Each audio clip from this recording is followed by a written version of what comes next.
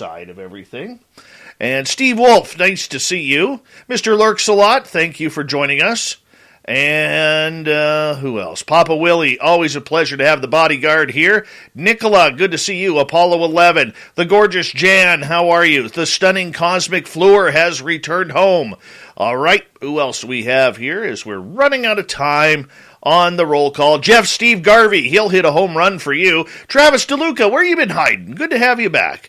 And let's see here. Susan Go, nice to have you here. Michael Gutierrez, thanks for coming on in. And the Jordan Heath, how you doing? Welcome to our channel. Thank you for coming on in. And SJ, good to see you, buddy. Bob Perkins, nice to have you here. And let's see here. Who's this? Parts Unknown, the Mass President. What's going on? Thanks for joining us. Really appreciate it. All right. We got about 30 seconds here. The gorgeous Pinzer Flactum has returned. Stevie Franchise, good to see you. And anybody else? The Quick. Always a pleasure. Phil Minervino, good to see you. Super Chat is open. It is a great way to support what we do on this show on a nightly basis. Remember, we also have the website where we have all of our swag to hang out. And hey, gorgeous Larry, Peppa H, good to see you guys. Boz Monster, thanks for coming on in. Horns up.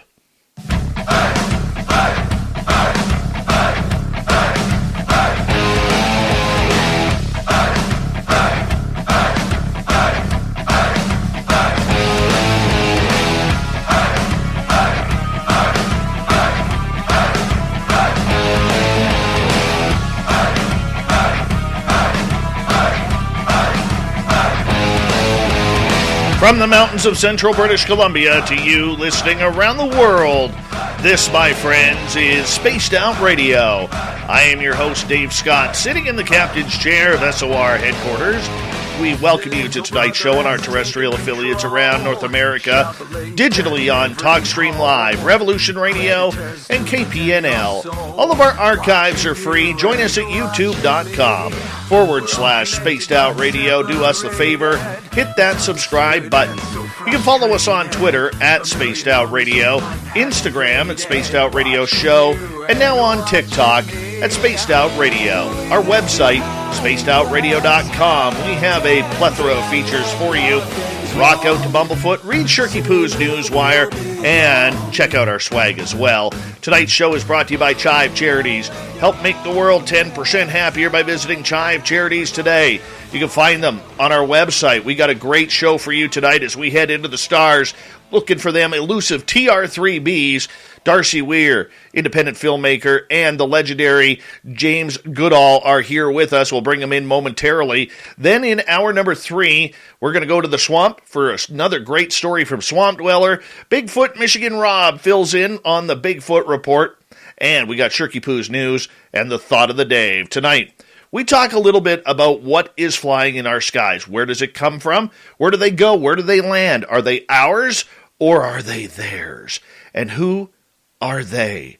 Darcy Weir is a Canadian independent filmmaker, good guy from the Vancouver area, now living in Mexico, because, well, let's just face it, it's nicer in Mexico at this time of year, has brought out a really awesome new documentary film called TR3-B.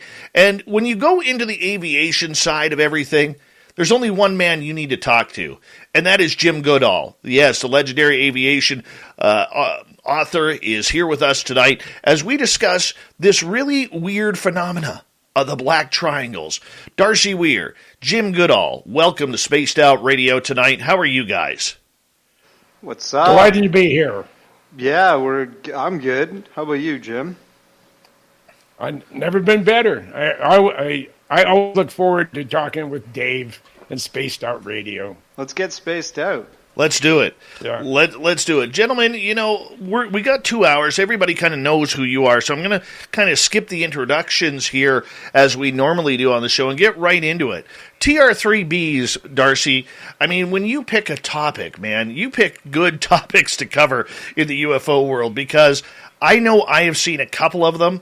I know friends of mine who have seen them, and I'll tell you, these are the one spaceship, UFO, UAP, whatever you want to call them, that really seem to trigger people, man.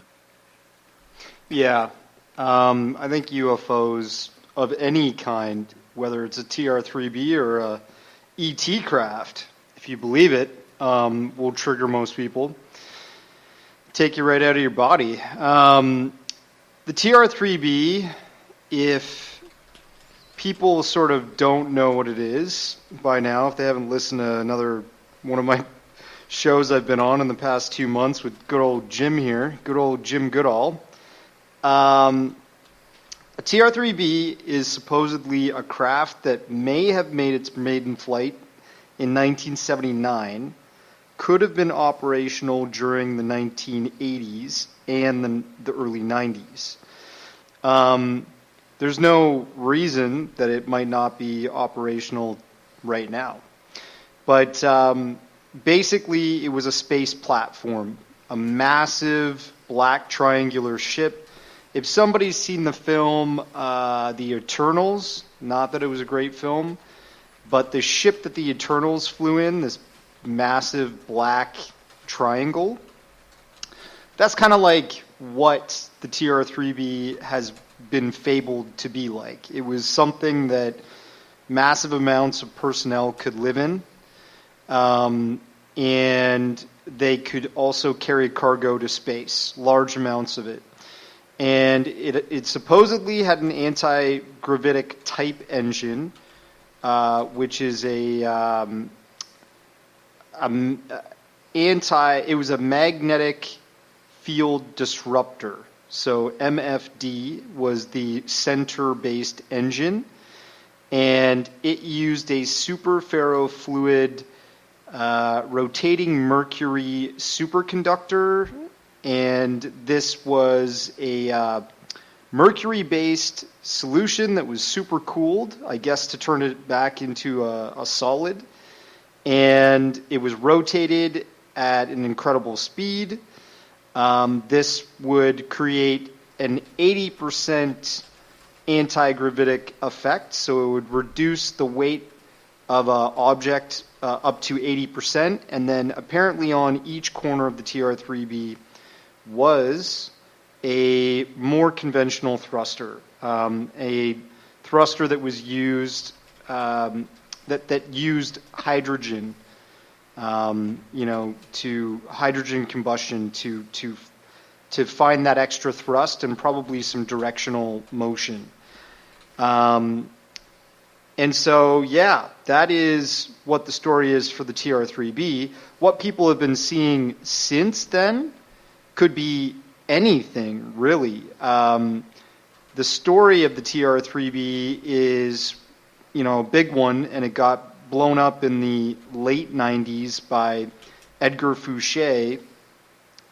Rothschild Fouché, who was touring, doing lecture tours, and guy said he worked at Area 51, and he was, part of the operation building the TR3-B there, and he just knew some really interesting stuff that is actually out there in the general public now. For example, he knew about metamaterials, which weren't well documented. He knew about quasi-crystals. He lectured on those. And he knew about this MFD, this crazy magnetic field disruptor that was supposedly an anti-gravitic engine to the space plane. And, it was supposed to be in space.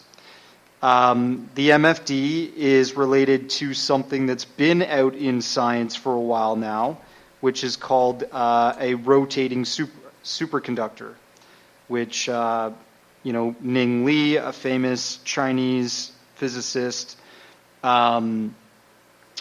Eugene Podklanov, Dr. Eugene Podklanov, who's a famous Russian physicist. And actually, if you go to my Facebook page, a month after I published this documentary, the BBC did a free YouTube documentary talking with Eugene Podklanov about this anti-gravity space plane that they were building in secret. So I'm not saying that I, am some kind of like psychic here or something, but I was onto something, and it seems like this type of theory is not too far-fetched. I'm pretty sure we did build something like the TR3-B. It might not actually have been named the TR3-B, but we all know the TR3-A was manufactured by Northrop Grumman, and that supposedly did its maiden flight in top secretly in the Gulf War, and it was used as a laser targeting system for smart bombs when they were attacking. That is well documented, and I showed the Popular Mechanics article and stuff in the documentary. But the TR3-B is supposed to be the fabled anti-gravitic craft that we built, and we would have built that based off of reverse engineered alien technology that we were observing and testing and trying to get to work with our own crude efforts. And Right. I think the TR3-B was that original crude effort. And I'm pretty sure a lot of the videos we see on YouTube channels like Tyler Glockner's Secure Team 10 or on, I won't even name those idiots, but I'm allowed to say idiots, right? That's not a swear word, No, Dave. no. I mean, how do you Okay. really feel? I mean, let's just be honest. Yeah, I'm not going to name the twin idiots. But, if you see those flying triangles, I bet you anything, they're actually something that is an evolved version of the TR3-B. They're, borrowing the same sort of form and function and advanced technology that we were testing in the black. And, they're still out there. I've got lots of footage showing these things in space. I think that they are active still, and I think there have been possibly either autonomous drone-like missions with black craft that go into space, or maybe there have been manned missions, but that is super hush-hush, and we may never know. I want to bring Jim Goodall in here. For people who do not know, he is the leading civilian and probably the most knowledgeable civilian on the SR-71 and the A-12 oxcart aircraft that flew secretly for a few decades, and he is also known as the first civilian to ever capture a picture of an F-117 stealth fighter. Black Ops aircraft are his specialty. And Jim, thank you so much for coming on in. It is always a pleasure when you are on our airwaves. I'm always delighted to talk with you. You're one of my favorite guys. Yeah, you're getting your check later, but thank you. Yeah. I want to ask you, my friend.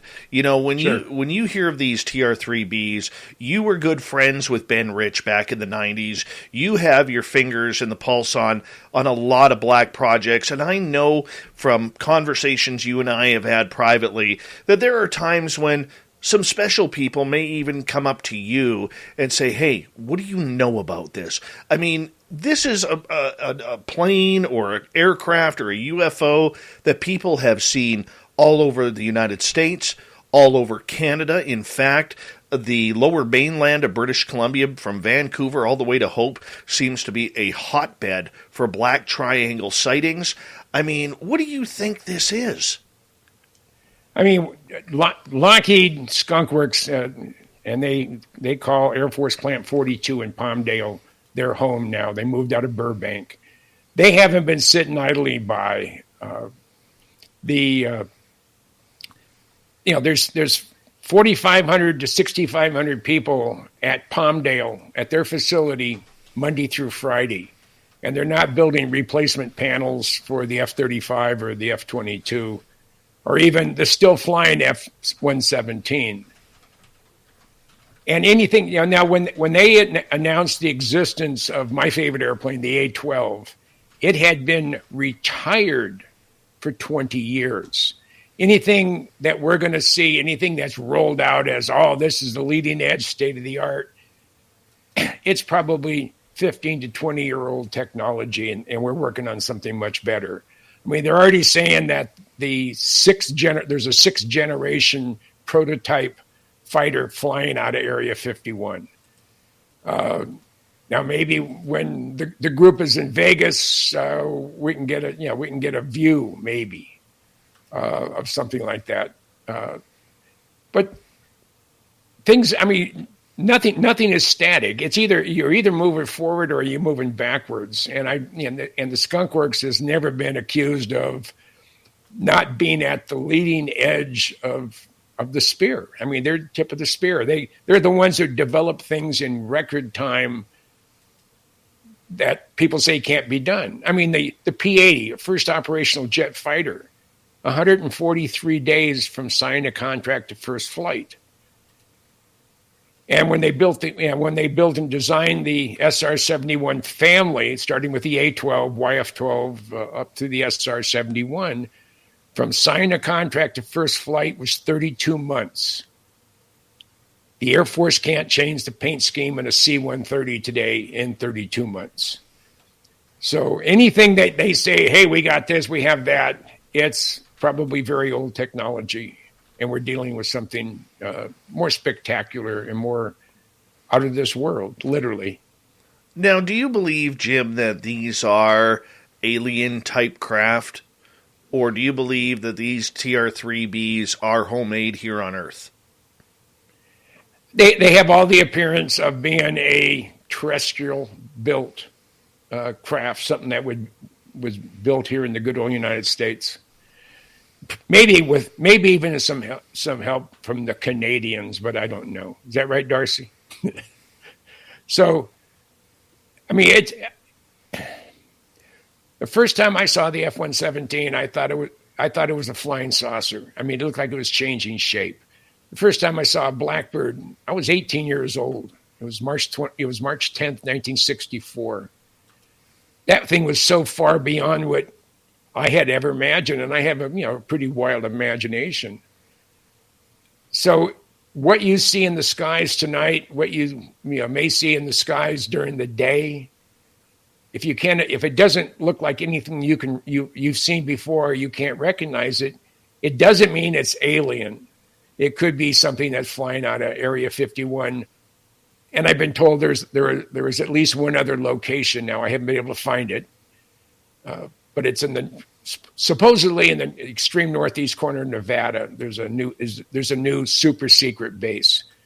Tonopah Test Range. When we go out to the fence line on our Sunday trip in April, we'll also go to the fence line at Tonopah Test Range and be able to see the whole facility down there. So the answer is we haven't been sitting still. Technology doesn't just, you go to a certain point and you stop. No, you keep pushing the envelope. So what you see more than likely is man-made. But all it takes is one that isn't. And I believe, well, first of all, I believe Bob Lazar. I've known him forever. And I also believe astronauts. There's a new thing just came out. I think it's Neil Armstrong's son was saying that when his dad was on the moon, said they were being watched by non-humans, little gray men, I guess. He didn't describe the occupants, but he said their craft and their hardware was so far superior to us. It was like equating the Wright brothers flyer that they flew in 1903 to the SR-71. Yeah, or the space shuttle. I mean, it's just quantum leaps in technology. Yes, very much so. Gentlemen, we have 5 minutes before we go to break here at the bottom of the hour. Darcy Weir and Jim Goodall are here talking about their latest documentary, Secret Space UFOs, Rise of the TR3-B. And Darcy, I want to ask you about this because, the TR3-B always seems very ominous in the UFO world. We don't know if it's human. We can only assume. We don't know if it's from space or if the aliens have some and we have some and it's shared technology or reverse engineered technology. I mean, how did you get hyped up on this program to do this documentary? Well, I got hyped up to do it because no one had done a sort of thorough job investigating the lore of the TR3-B. I mean, people have discussed it, but I wanted to bring together a bunch of different minds to talk about this aspect of secret space research and UFO activity. And I pulled in Jeremy Reese, alien scientist, on YouTube. He got really close to Edgar Fouché and was able to really give me a backstory on Edgar Fouché like nobody else could. And I pulled in Jim because Jim has all of that secret Air Force history. He is the brain when it comes to what could be possible in terms of our engineering and ingenuity. And I've got Richard Dolan, who is, the absolute historian in terms of the UFO subject. So I think when you ask the question, is the TR3-B ours? Yeah, I think the TR3-B is. But are there black triangles that are not ours? Absolutely, positively. They do exist, as Dave Fruhoff would probably say. And Jim will probably tell you about Dave Fruhoff when we get back from the break. But I have, pictures and footage of black triangles that, were present over the Earth during the pre-Apollo years before we even went to the moon. And if you believe the story of our TR3-B, our black triangle, that only really got active in late 1970s. So, the Apollo space program was canned in the early 70s. So, what are these black triangles that they were seeing in space? I think we emulate what we see. And I think if we were to make a TR3-B, it's possible we even had a captured triangle. Although the sports model and the stories that we always hear are the disc. The disc is real alien tech, but there's no reason to believe that aliens don't also have triangles.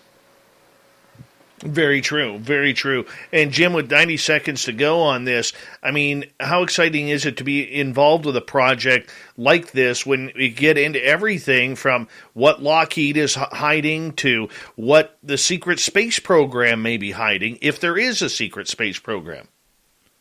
There's always been a secret space program. And when we first started going into space, we sent up Skylab, but we also sent up, and it was ready to go the MOL, the Manned Orbital Laboratory, and it was basically a manned version of a KH-11 spy satellite with an Apollo capsule or a Gemini capsule attached to it for going to and from space. And as Ann said, how could there not be a space program? I mean, it's whoever controls space controls the world. And that's why the Chinese are working their damnedest. Of course, they just had a big failure here a couple of weeks ago. And, the Russians been trying, but we have the space station up there. It's primarily ours, even though we have a lot of people, a lot of countries supporting it. We pay for the 99% of what's up there. And now they're saying, we're going to deorbit it in 2030. That's an asinine statement. You're going to take $4 billion or $10 billion worth of hardware and drop it off in the middle of the Indian Ocean? I don't think so. Jim, I'm going to get you to hold on right there along with Darcy Weir as we are looking into the TR3-B, Secret Space UFOs, Rise of the TR3-B. Great title, great documentary from two great guys, Darcy Weir, the filmmaker, Jim Goodall, one of the experts in the documentary. We'll be right back with the second half hour of Spaced Out Radio next.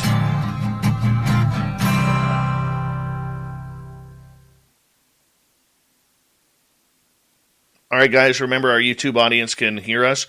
Darcy, you want me to pull this up? Yeah, pull it up. We'll do that while we're on the break, or do you want to talk about it when we get back? We'll save that for the show. We'll save that for the show. So Sure. That'll be a fun one. Yeah. That'll be real secret space history right there. One thing there's Darcy, you've indicated that the TR3-B may have flown in Desert Storm. And No, the TR3A. Okay. TR3A flew in the Gulf War. I know a soldier who actually saw one in Iraq in the first Gulf War. No way. Okay. Yeah. Believe it or not, Darcy, the guy who held that conference where you and I met, him is the soldier. Crazy, really? Yeah, he saw it. His entire unit. That's awesome. Well, I didn't know that. You should put me in touch. Does he have any pictures or video? Unfortunately, no, because they were in kind of in a... He was a medic, and they was in the combat zone, right? Incredible. Yeah. Yeah.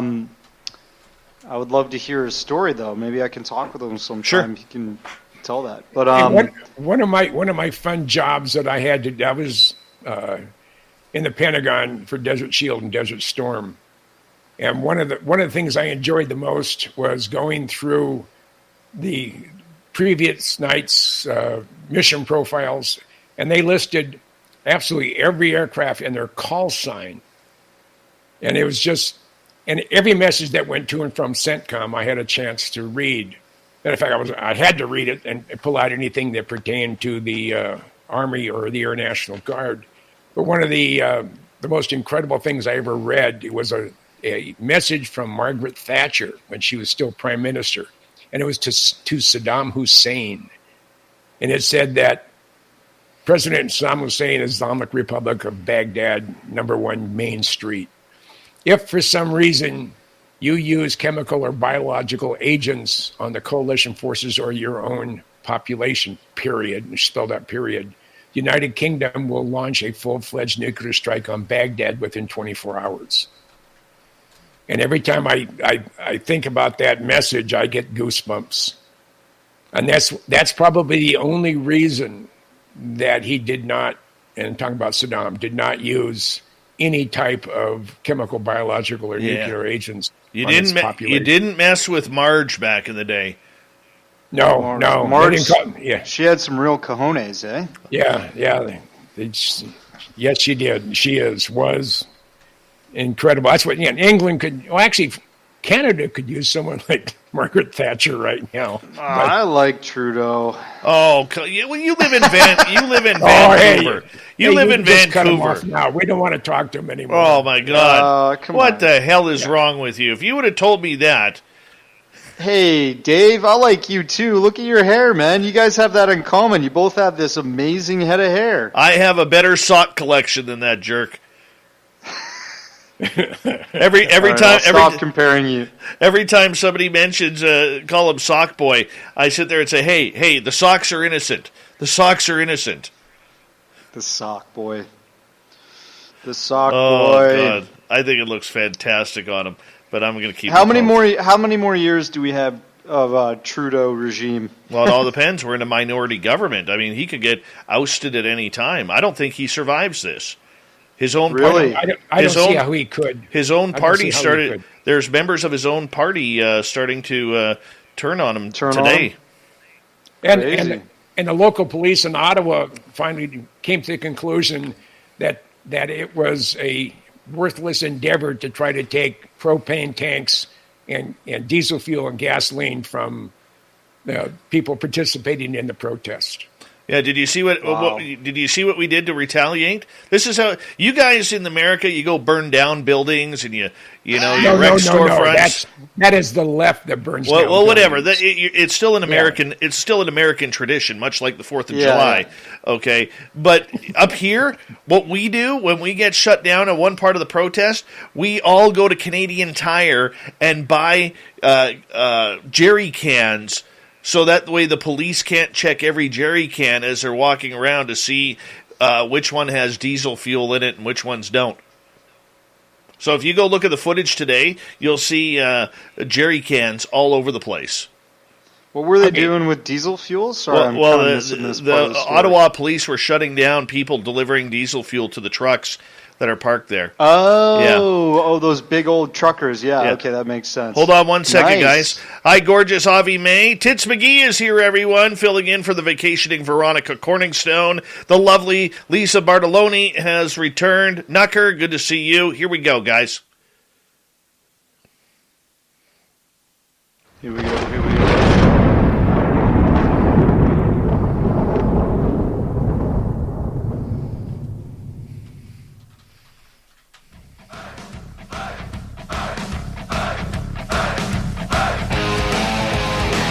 Second half hour of Spaced Out Radio is now underway. My name is Dave Scott. Thank you so much for joining us. We really do appreciate it. Want to remind you that if you missed portions of this show or others, check out our free archives at youtube.com/Spaced Out Radio. Do old Davey the favor, hit that subscribe button. Our website is spacedoutradio.com. We have a plethora of features for you.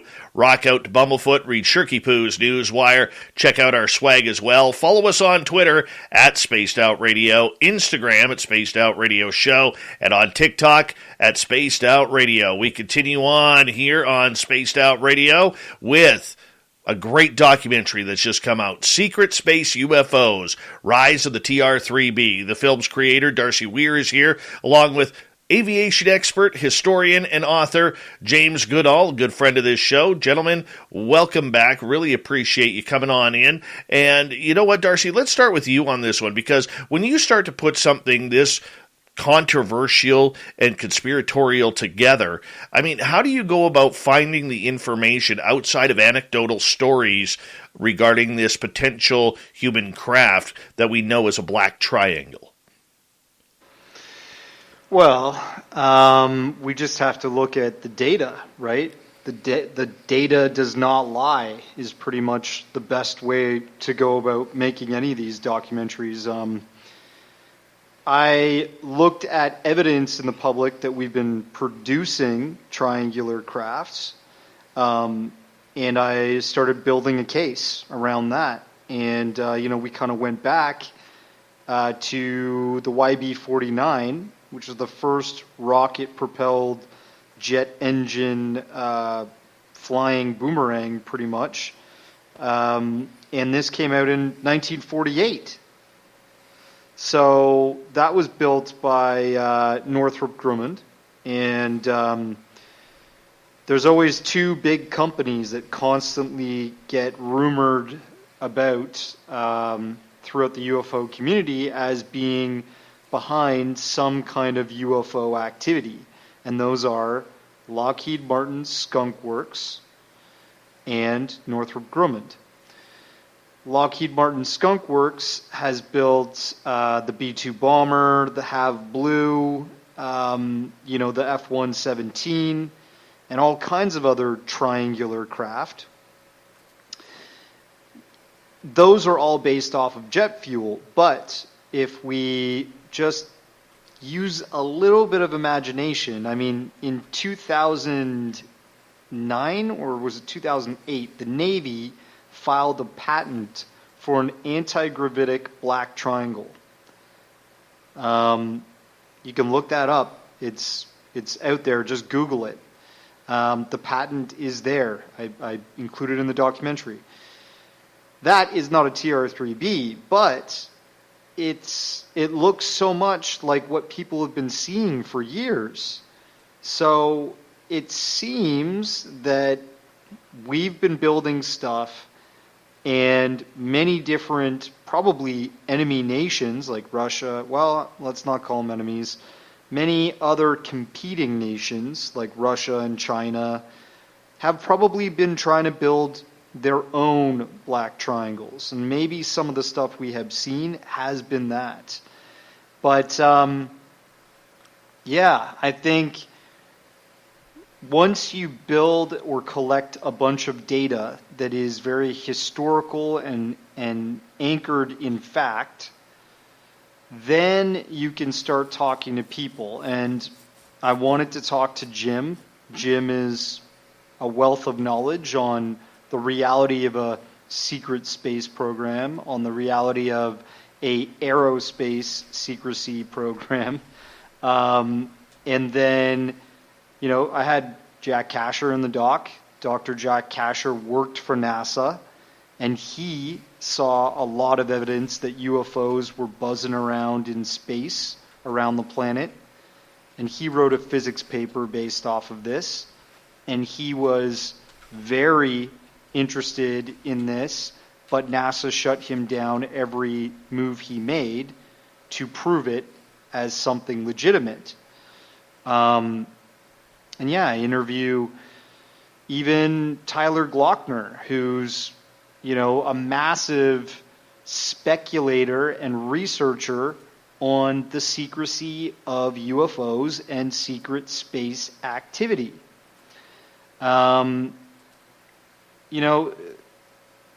He's my friend, I'd say. I'm friends with all kinds of people, and I think he's a good dude. I think a lot of people have given him flack over the years.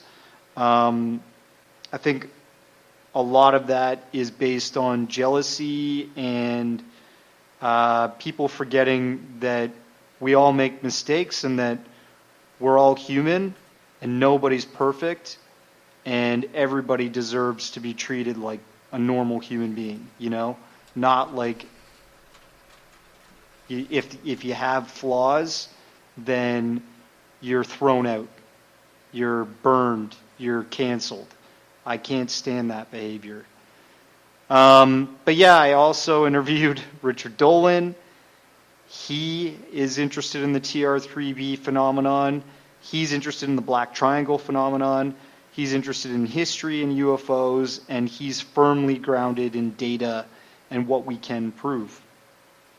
And really, whenever you watch my documentaries, you're watching me, because it's my flow of conscience, my writing, my editing, and I want people to understand this is how I think about this subject.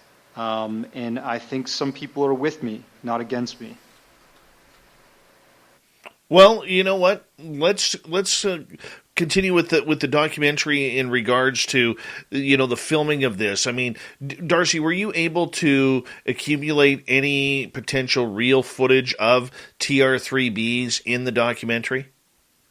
Yeah, I'll tell you one real big footage that came my way, one big video clip that exhibits all of the supposed characteristics of what a TR3-B is. Alara, I always mess up her name. She's got her own YouTube channel. You guys should check it out. Alara Foot N5D. Alara, let me just look this up real quick because I'm a dumbass. 1 foot. Alara 1 foot N5D. She is amazing. She is totally dedicated to researching UFOs and has had her own experience with a UFO up close and personal. And when she went to contact in the desert in 2019, she went to a CE5 event that was happening out one night after the conference. What's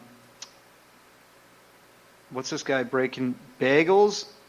Does Darcy like breakfast for dinner? Yes, of course I does like it. But I'd have eggs Benny, man. Eggs Benny all the way. You're Benedict. an ill man. Sorry. You are an ill man eating breakfast foods for dinner. let me get back to this story. So Alara went to contact in the desert, and she went to this outdoor event where they were all trying to summon UFOs or have some kind of contact. And when they were out there, they looked up above the field, and there were all these really strange, trippy, what looked like butterfly UFOs. Kind of like that little logo, Spaced Out Radio on the top right there. But these butterfly UFOs were flying overhead, and people were totally freaking out. They thought it was amazing. For whatever reason, Alara was kind of not into it anymore. She said there was a military presence, which was really strange. And she went back to her car, drove back to the hotel she was staying at down the road. And she wasn't staying that far away. When she got back to her hotel, she could still see where that field was down the road. And she could not see with her own naked eye what was over top of that field, but she took out her camera, which is on her phone, and she recorded a video of that exact place. And right above the field was a massive triangle, possibly two, strangely enough, if you look at the footage. All of the same sort of characteristics you see in the triangle. You have one sort of light in the middle, and then you have a light on each corner. And people always say, hey, if this is a stealth craft, why would they put lights on the bottom? Well, keep this in mind. She could not see it, and all those people were tripping out seeing these butterfly UFOs. And meanwhile, this massive black triangle was there in reality. So that's stealth. But the camera could pick up the image of this. And this is what we hear about the TR3-B. You know, we hear that it had stealth, it had cloaking technology, and we are always seeing online these days these black triangles that people are recording on their phones or on their regular cameras that many people, many experiencers have said they couldn't see with their naked eye, but the camera could pick it up. Or they could barely see it, or they could sense it, and they decided to record in that direction. And I think another thing that's really cool with Lara is that she has a sense for these things, and that's why she intuitively thought, okay, I'm going to record this video because I feel like something's over there. Yeah, I think, you know, if you look into the story of the TR3-B, if you look into the story of what's possible with, you know, even Jim, talk to him about active camouflage, and has the military been using that sort of stuff for many years? It's very possible that what she recorded was a TR3-B. I don't know if it was alien craft, but something tells me if it was an alien craft, you know, there would be military buzzing around it trying to shoot it down. And I think we have really sophisticated radar tracking and you know, defense systems now that keep the ETs away. That's my opinion. But I think we're at a point in time in history where we've really locked down this planet. There's no reason that they're not out there in space. That might be more their domain. Maybe we secretly have more domain in space. But yeah, I think that was a really authentic video of a TR3-B. Jim, I want to bring you in here for a moment, and thank you, Darcy, Sure. for that great answer. But the secret space program ties into this. And there are many different facets of the secret space program, from specialized aircraft to even going as far as people like Randy Kramer claiming that they're 20 backs, where they took TR3-B's from the moon over to Mars, spent 20 years on Mars, and then came back. I mean, where do we draw the line on what is real and what isn't regarding the secret space program? Well, I mean, I will quote my dear friend who's since passed away, Ben R. Rich. At the time, he was Kelly Johnson's right-hand man, and when Kelly retired, Ben took over heading up the Skunk Works. He was president and general manager of the Lockheed Advanced Development Programs, which is the Skunk Works. And Ben told on several occasions, Ben mentioned in, I think it was 1993, shortly after he retired, he was at UCLA, and it was a graduate aeronautical engineers were having a get together in a conference, and Ben was their keynote speaker. And one of the things he said near the end of his talk, and it was part of his prepared speech, he said, "We have the ability to take ET home." Now think about that for a second. This happened almost 30 years ago. A lot can happen in 30 years. And he said that we have the ability to take ET home, but our government will not allow that information to be made public. I mean, when you think about it, that means he's admitting that we have the ability to go across the universe in a blink of an eye. That's also how Bob Lazar described going from one point in the universe to the other. It was instant. There was no time interval. I don't know if there was a time interval when you came back. Did you age 15 years, or did your neighbors and friends and family age 15 years? I don't know. But he also said, just before, I talked to Ben Rich once a quarter for 25 years, and if I didn't call him, he called me. And just before he passed away, I think it was 96 or 97, I called him up. He was at USC Medical Center there in LA, and he was there for surgery. He had stage 4 esophageal cancer, probably from breathing in all of the extremely toxic chemicals used on the solvents for stealth aircraft. But we were talking about our friend, our mutual friend, John Andrews and whatever. And it finally got to the point where he said, "Jim, we have things out in the desert." And he wasn't referring to Area 51, maybe S4, but he didn't say. But he said, "We have things out in the desert that's 50 years beyond what you can comprehend." Now, I can comprehend a hell of a lot. And he knows I can comprehend a heck of a lot. So he said, "If you've seen movies like Star Trek or Star Wars, we've been there, done that, or decided it wasn't worth the effort."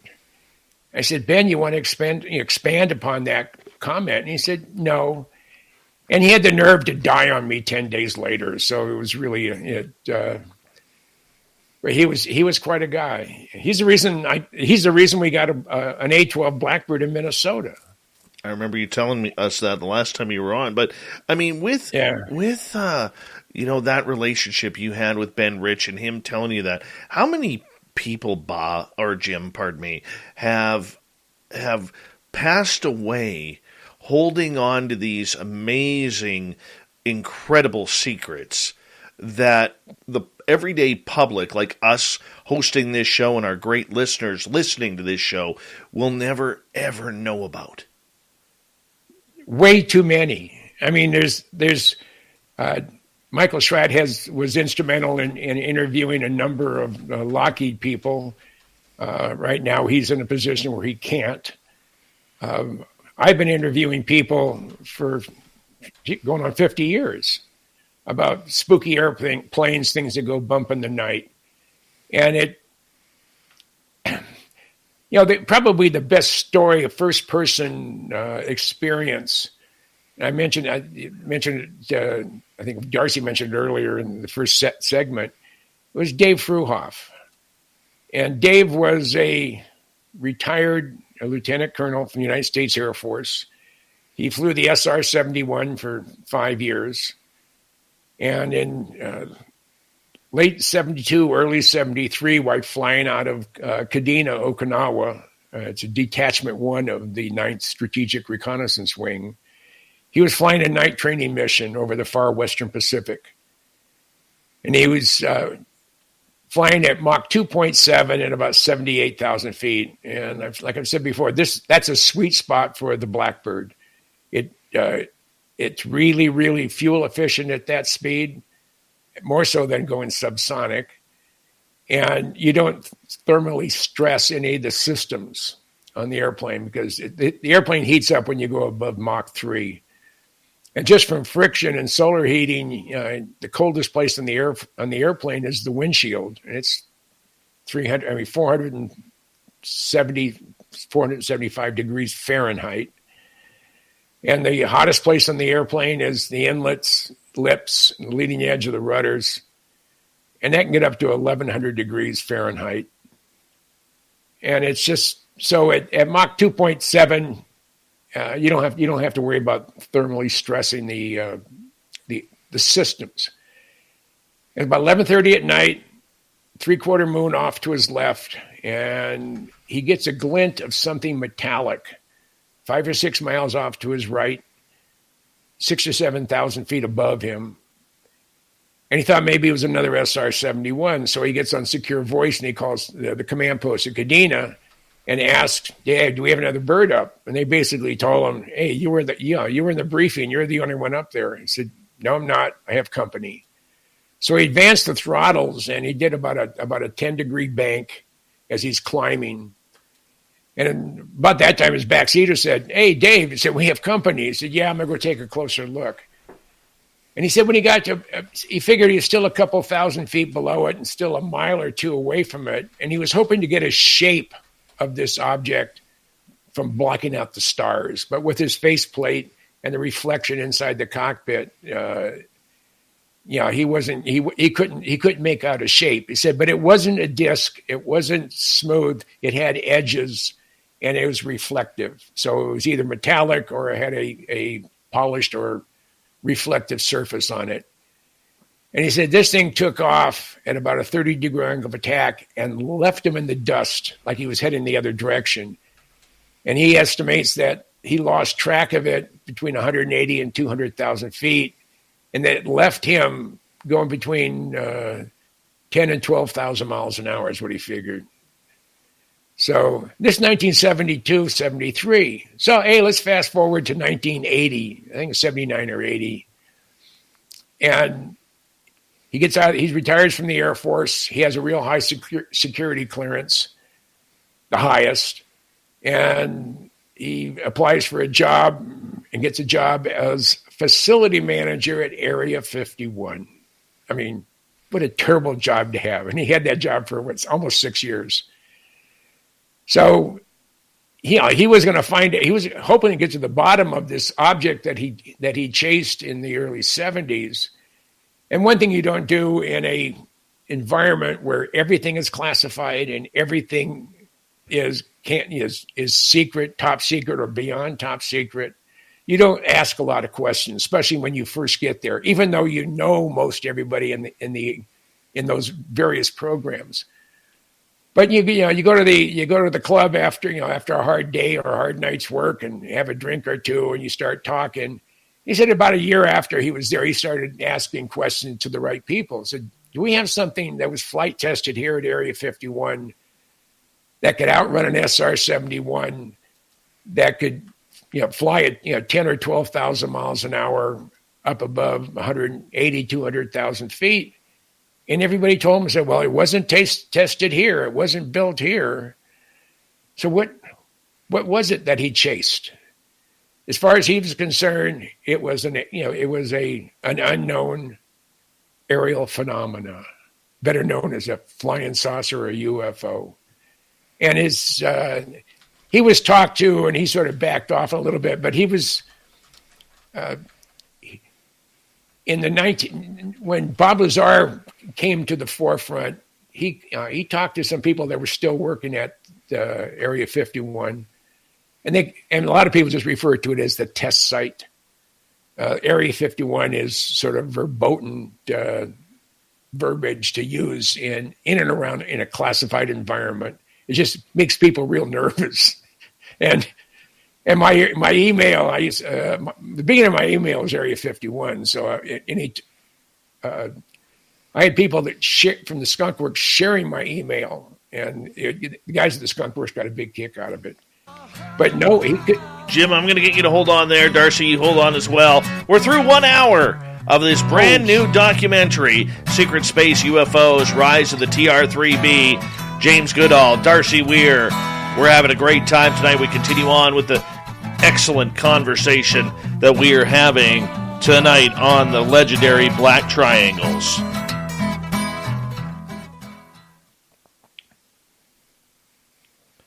Thank you, Fapster, for that awesome super chat. Really appreciate you, buddy. Thank you so much.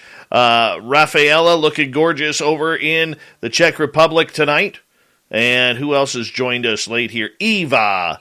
Zach. Oh, I should be able to pronounce this. That's almost Ukrainian. Zach Zakruski.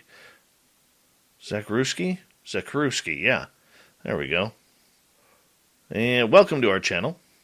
And who else is here? Slackmate, welcome to our channel. And I just want to give a quick shout out here, okay? Look, we have listeners who listen to our show and they listen to another show simultaneously.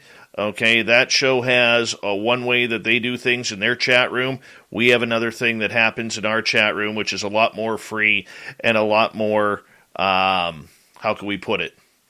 A lot less critical. So if you're one who jumps between the chat rooms, come here, sit back, relax, enjoy the woo, enjoy the fun.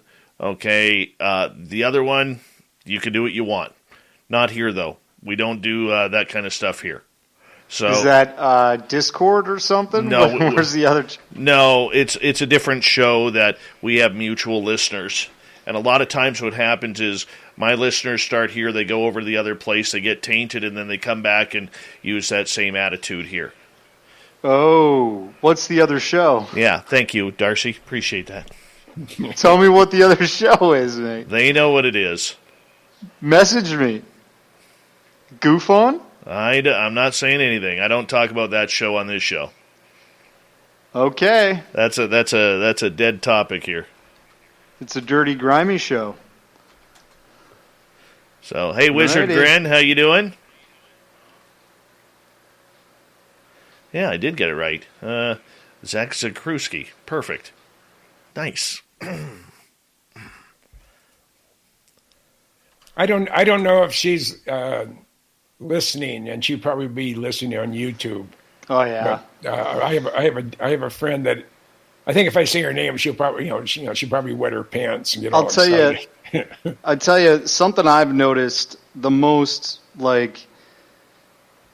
revoltingly vicious people that I've ever seen talk in a chat, literally people that probably when they look at themselves in the mirror, they try and smash it with their fist every day, are the folks that go on the Goof On show. They just are Darcy, the most ridiculous people Darcy, I've ever... I love you, but I'm not going to get into that conversation here because that just provides fuel for his fodder, and I don't appreciate him or the way he has treated us and the lies he's spinned on us. So I nip it in the ass right there, buddy.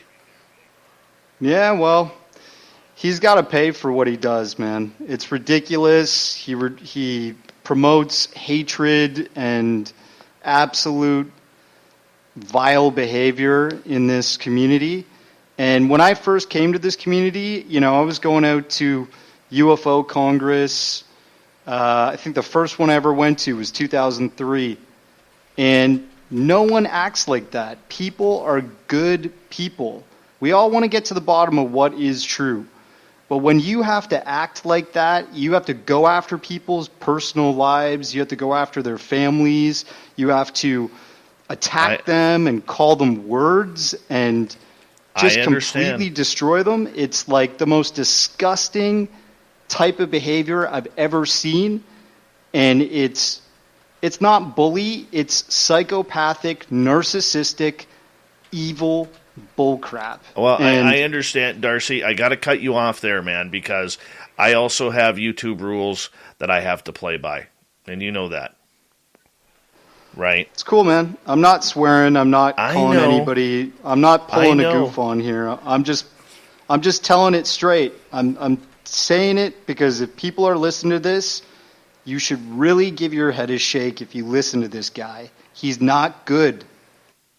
I hear you. I know we've talked privately about that, and I'm not a fan, but many of my listeners are, and they jump between both chat rooms, and I can't control who they listen to, and they're free to listen to whomever they want.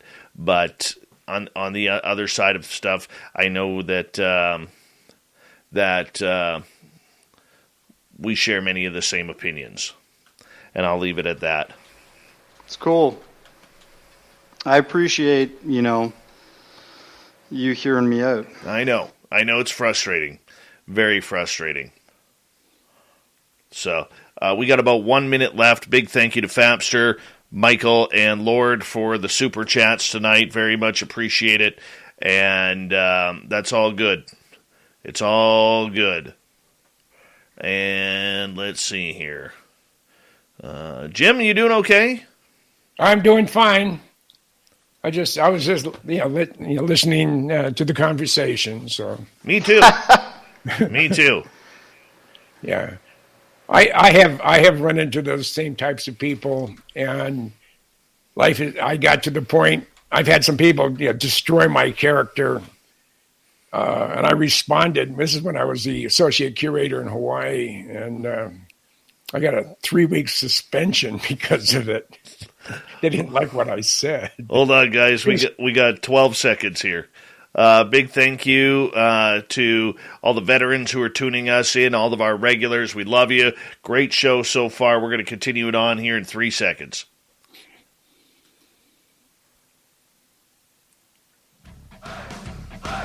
You're listening to Spaced Out Radio with Dave Scott. Follow Dave on Twitter at Spaced Out Radio, and on Facebook, Spaced Out Radio Show. Hour number 2 of Spaced Out Radio is now underway. My name is Dave Scott. Thank you so much for taking the time to join us. We really do appreciate earning your listening ears wherever you are on this beautiful planet we call Earth. Hi to everyone listening in on our terrestrial affiliates around North America, digitally on TalkStream Live, Revolution Radio, and KPNL. All of our archives are free. Join us at youtube.com/Spaced Out Radio. Do old Davey the favor, hit that subscribe button. The Desert Clam has set the password for tonight in the SOR Space Travelers Club, Ubiquitit. Ubiquitit is your password. Use it wisely, space travelers, as the Clam sets the password each and every night right here on Spaced Out Radio. Our website is spacedoutradio.com. We have a plethora of features for you. Rock out to Bumblefoot, read Shirky Poo's Newswire, check out our swag as well. Follow us on Twitter at Spaced Out Radio, Instagram at Spaced Out Radio Show, and of course on TikTok at Spaced Out Radio. We are talking secret space UFOs, Rise of the TR3-B, a great new documentary on those black triangles that people are saying and doing and filming on daily basis here. Is very, very weird. If you've seen one, you know what? You know exactly what I'm talking about. Darcy Weir is here, the film's director and creator. Jim Goodall, aviation expert, historian, author, damn good-looking guy. We welcome you guys back here. And Darcy, we're going to start with you here because you've got a little piece of information that you want to go over here as we bring it on up. Our YouTube side will see it, so we really got to go into description for our audience who is listening in on the radio here. What do you got for us here? Yeah, sure. So this is the manned orbiting laboratory. And Jim mentioned it at the top of the first hour. He was saying that this was a legitimate secret space program. Back in 1965, it was announced to the public, but I'm sure it was starting to become operational even before that. It was terminated in 1969, and this was a Air Force run space program. Am I right, Jim? Yes. Yeah, it was what eventually became Space Command. So but it was an Air Force program from its start all the way through inception. Now they said that it was canceled, but there's been a lot of things that have been canceled and still flying, still operational. So it is. But I wanted you to know about it, because it started way back when. I mean, before it was post Sputnik, but it was really earlier than it was before we ever went to the moon. Well, I think what's important to illustrate about this craft, this spacecraft, is that it was an Air Force endeavor, meaning the people that were flying it and operating it were Air Force pilots. They weren't astronauts. And what people always forget is that it's not just NASA that's been going up into space. It's not just competing countries that have been going to space all these years. It's the Air Forces. It's the military-industrial complex that has had an interest in having a presence there too. So this is a very important part of secret space. And if you believe a story about a supposed, TR3-B, a space shuttle, so to speak, or a space platform that was doing things, probably even maybe looking around the solar system secretly, then this would have been run by sort of Air Force or private personnel, not NASA. Yeah, NASA's charter is by their charter they're not allowed to engage in classified programs. It's a public, open agency. So there's been a number of launches on the space shuttle which were classified. That by itself, because it was a NASA mission on a NASA space shuttle, really did go against their charter. Yep, and so, I think you could even mention the X-37B. That is a autonomous version of, the space shuttle, something like Columbia or Atlantis, but no human personnel on board. And we know that it's operational. We know that it's run by the Air Force, but we don't know where it's been. We don't know what it's done. That's all completely classified. And it always lands at Vandenberg, Vandenberg Air Force Base. Yeah. So then this is also Vandenberg is another place where people talk about UFO or anomalous activity all the time in history, and it makes you wonder: if we're just scratching the surface on things that are in the public? As long as you say that it's classified, we really don't know what's being done, what's being conducted beyond the public eye.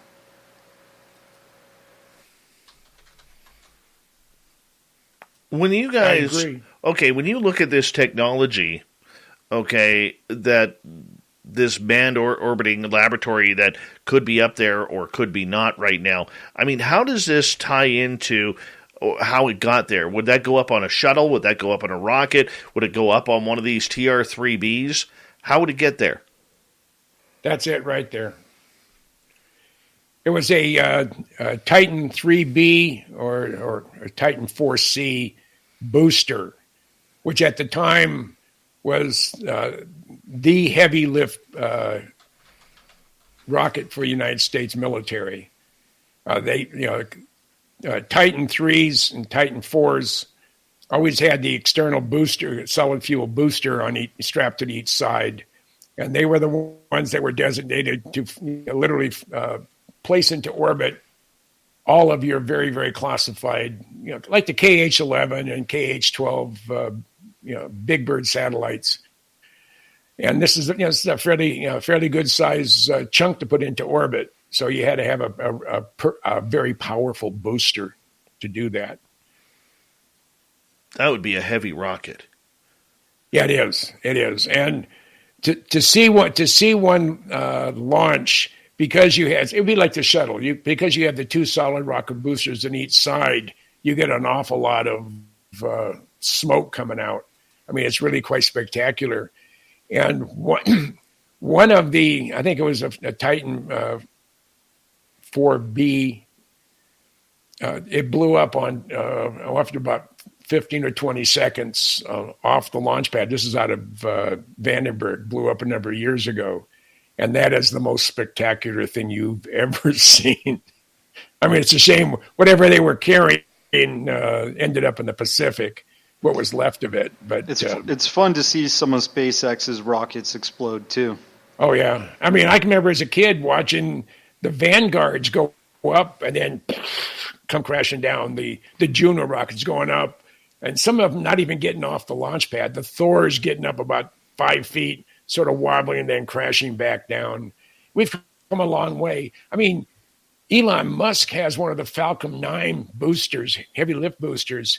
It's on its 12th flight. Think about that. Very reusable, yeah. We take a Saturn V, dump it into the ocean, and each one of those engines, if you had to pay for one or someone gave you one and you sold it, you could live anywhere you wanted. I mean, they were really expensive, and to only use them once.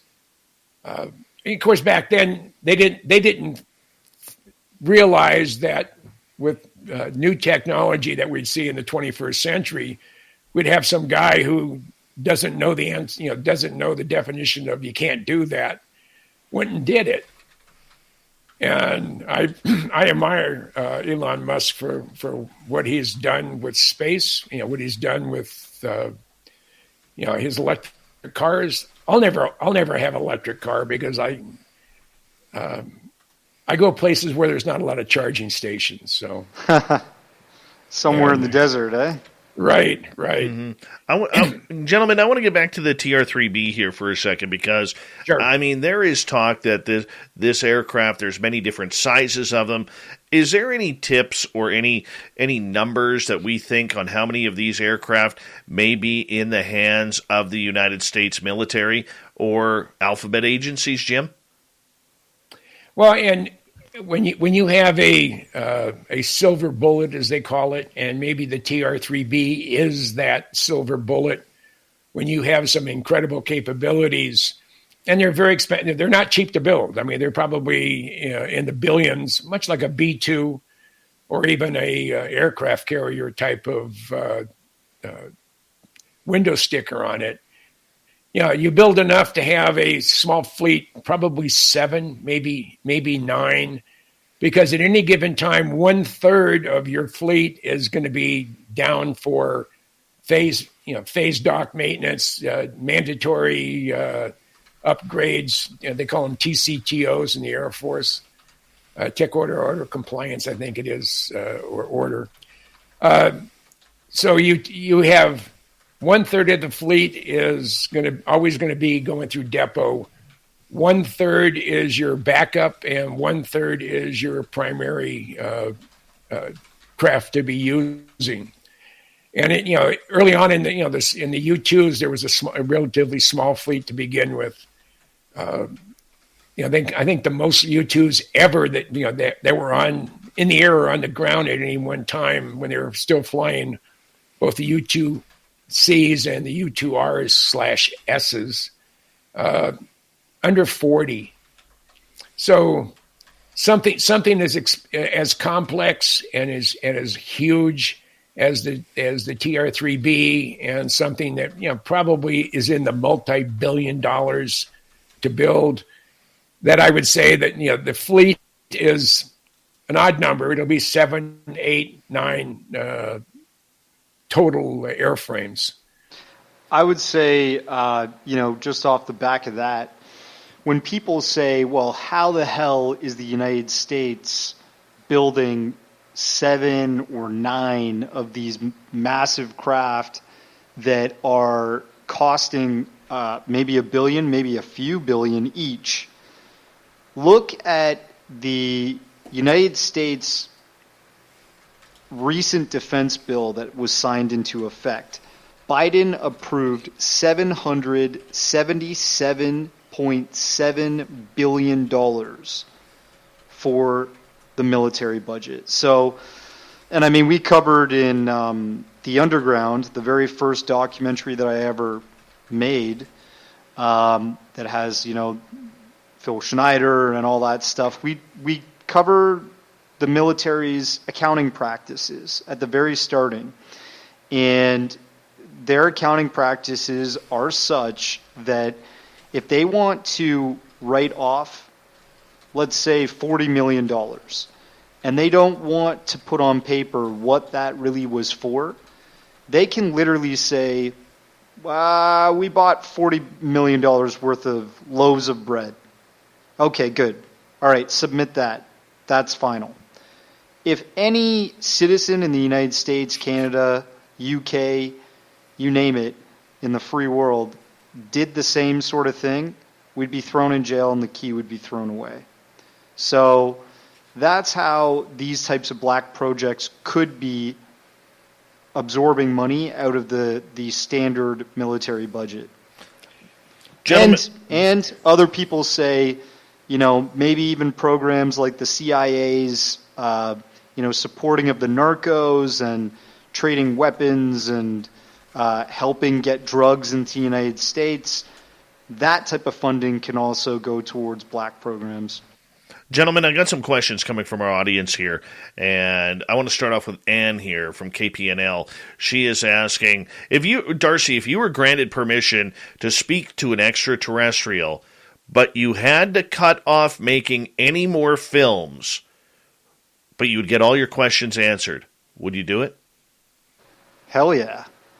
I mean, I'm basically in the pursuit of the most, groundbreaking information in terms of the UFO subject. And if I found that truth, but I was given an ultimatum, don't do this anymore, hell yeah, I wouldn't do it anymore.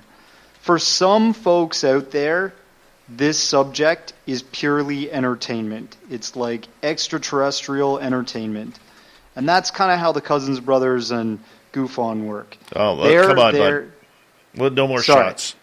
I won't say any more, but I'll just say, I'm not here to purely entertain. I'm interested in this subject because I feel as if it's a form of activism. I'm passionate that we're not alone in the universe and that this is being covered up and there's an active suppression of the truth. That's what I'm interested in. That's, I'll say it to anybody's face, and I've said it to those guys too. They believe it's a hoax. All right, let's get to Sunsaver's question for you, Jim. How do you feel about the work being done by SpaceX? I applaud everything. Every time they launch something, I'm going to take a pilgrimage to Boca Chica, Texas. I want to see Elon's facility with my own eyes. I would love to be there for a launch. And I think once his first Pathfinder, was it serial number 20 is going to be the one going into space, going into suborbital. Then he's talking about 1,000 launches a year. And of course, and he's also taken over, I think, the old launch pad area. I think call it Area 46 or 42 at Cape Canaveral, where he's going to build probably a duplicate of his Texas facility. We were talking about budgets and monies and whatever a number of years ago, and I think it was the late 70s or early 80s, so it was quite a long time ago. The National Reconnaissance Office was cleaning out some, paperwork and whatever, and realized that they had misplaced or they had forgotten about a slush fund that they had for minor things, paper clips and cups of coffee. It was $6 billion. that they had in their slush fund that they had forgotten about because it was too insignificant. So it costs money, but that money is there, and it can come from various different sources. I like Ian's question here. What's the TR3-B's role apart from playing the biggest game of hide and seek? Great question, Ian. You want me to answer it? Sure. I think it opens our direct and volume access to space, and if it indeed is something that can fly in space and can go to the moon, it can go to Mars really fast, and just because it's hiding, there's a lot of things that our government here in the United States. They're not a very good steward of our money. They spend a lot of it, and they don't account for a lot of it. Just like what Darcy said.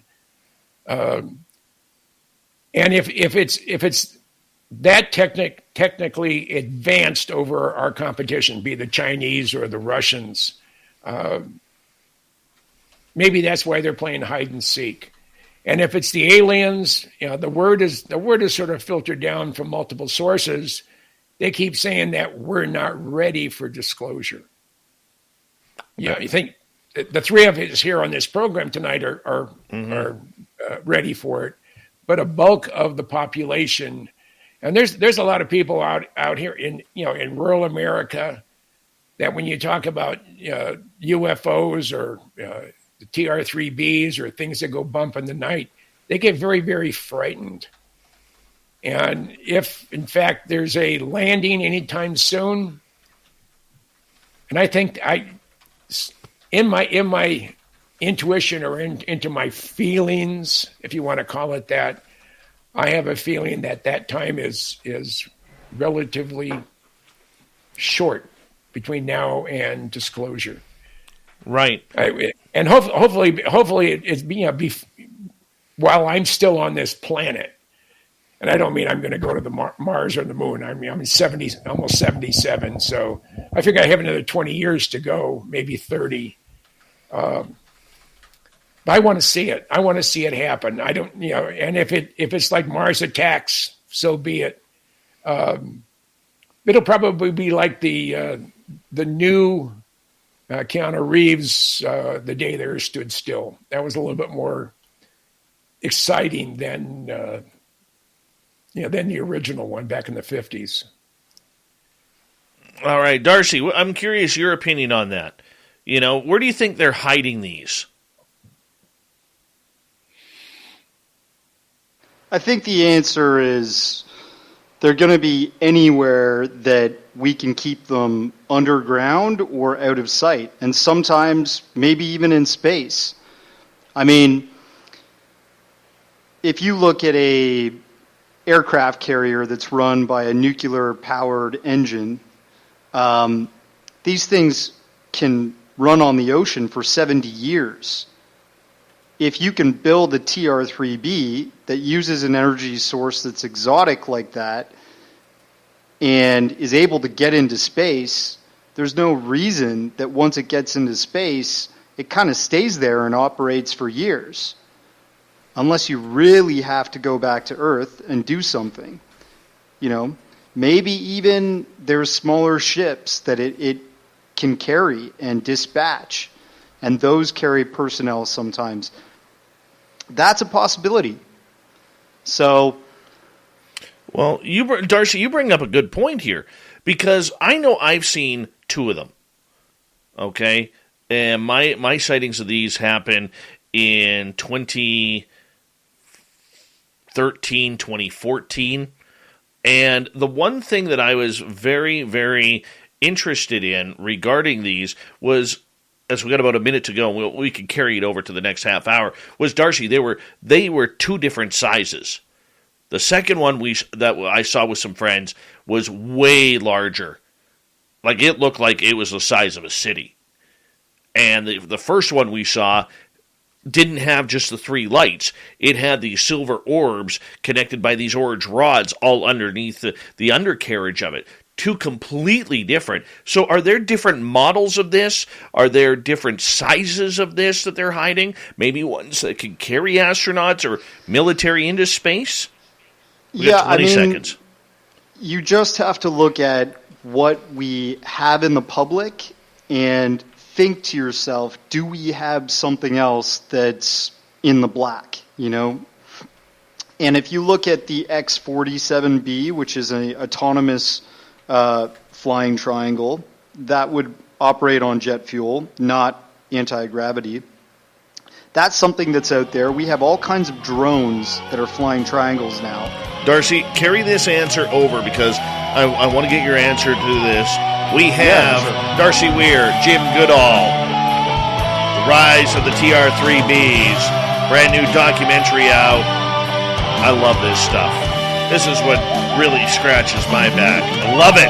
Spaced Out Radio continues after this. All right, gents, we're clear. Ta-da! Mm-hmm. You know, and we'll get to it in the next segment, but maybe the TR3-B'S aren't based on this planet, even if they're man-made. What's your thought? You mean like based on the moon? Yeah. I think the space program that was public was shrouded in tons of secrecy, and I think there's been a space program behind the scene that didn't require astronauts like we traditionally were using in the Apollo space program. So anything's possible. I mean, do we have a space platform? Do we have bases out there in space? Possibly. I don't know, but I think it's possible. I mean, I go back to what Ben told me, that we have things that are 50 years beyond what you and I can comprehend. And he didn't. I don't think he said that to me to lead me astray or make me go down a blind alley or a dead end road. I think he was trying to tell me something, and he wouldn't expand upon it. And Ben was very, very famous for that, and he'd just drive the security people absolutely bat crazy. I mean, it's just because he'd throw in a tidbit, and you get the juices going, and it makes you want to go out into the desert and do some digging. Are UFOs at Area 51? I don't think they're at Area 51. S4, yeah. And Dave Fruhoff in a program I was watching last night, and I won't tell you who it was. I don't like one of the main characters.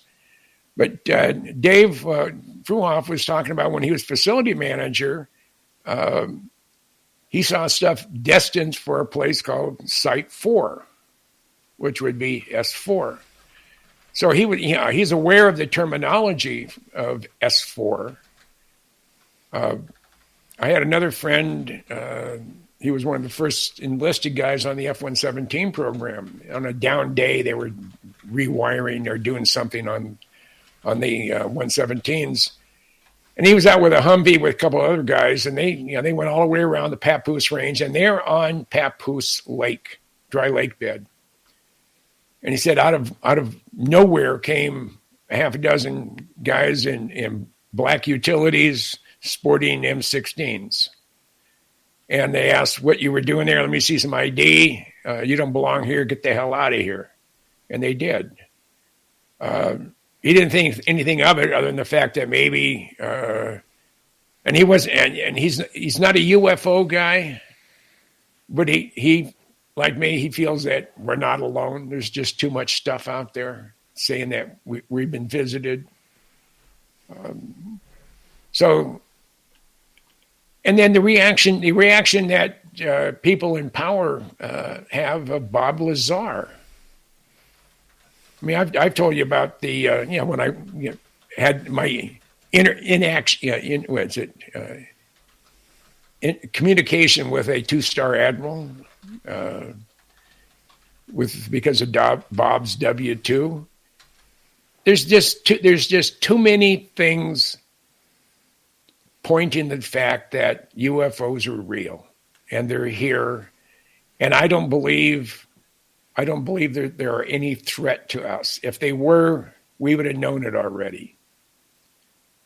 Yeah, maybe the aliens want to destroy the world, so they put Trudeau in Ottawa and Biden in D.C. I don't know, but it's something we have to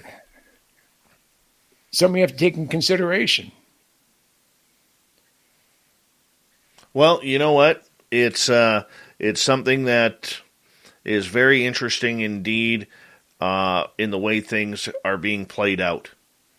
And if this aircraft has been under United States control for 50, 60 years, I mean, it would be unimaginable for many of us, Jim, to even know what else is out there. But I'm going to get you guys to hold on. Darcy, we're going to start with you on that question again that I had asked right before the break. Want to say a big thank you to Thomas, Michael ×2, Apollo 3rd, Slappy, Fap, Lord, and for the amazing super chats tonight. And we are really appreciative of the love and support that we get nightly from all of you on this show. Big thank you to all the veterans who have tuned us on in, and we are very thankful. So here we go, guys.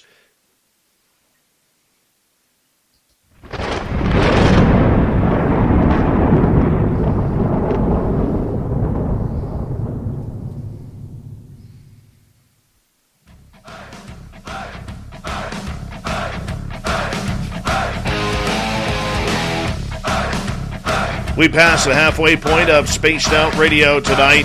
My name is Dave Scott. Appreciate each and every one of you tuning us on in. Thank you so much for joining us. Want to remind you that if you've missed portions of this show or others, check out our free archives at youtube.com/Spaced Out Radio. Do me the favor, hit that subscribe button. Our website is spacedoutradio.com. We have a plethora of features for you, including rocking out to Bumblefoot, reading Shirky Poo's Newswire, checking out our swag as well. Follow us on Twitter at Spaced Out Radio, Instagram at Spaced Out Radio Show, and now on TikTok at Spaced Out Radio. We continue on tonight with Darcy Weir and James Goodall. They have a new documentary out, and this is a beauty. This is one, if you got interest in a lot of the secret space program or secret flying technology, secret space UFOs, rise of the TR3-B. And Darcy, right before the break, we were talking about the size of these, and a lot of people are seeing different types of these craft. You know, if we look at the make of the undercarriage, because that's mostly what we see, Darcy, is the undercarriage. We're used to the three lights, one on each corner. Some of them seem to have a large orb in the middle. Many others have other sets of lights. One of the ones I've seen had these really strange orange-silver orbs that were connected by orange rods. And it was very, very interesting. So with all of these different types of black triangles out there, how do we know which ones are ours, allegedly, and which ones are maybe extraterrestrial? Well, that's a good question. If you talk to Michael Schratt, he'll explain to you that many of the flying boomerang or triangular sightings, like the Hudson Valley incident in, I think that was 1989, you even have the Belgian UFO wave. They all looked a little bit different, but what he said on the bottom of what looks like something we've made, something, I guess, similar to the TR3-B, in it being a flying triangle, a floating, hovering triangle. It had what looked like radiator pipes all along the bottom. And you were just talking about orange pipes, right, Dave? Yeah.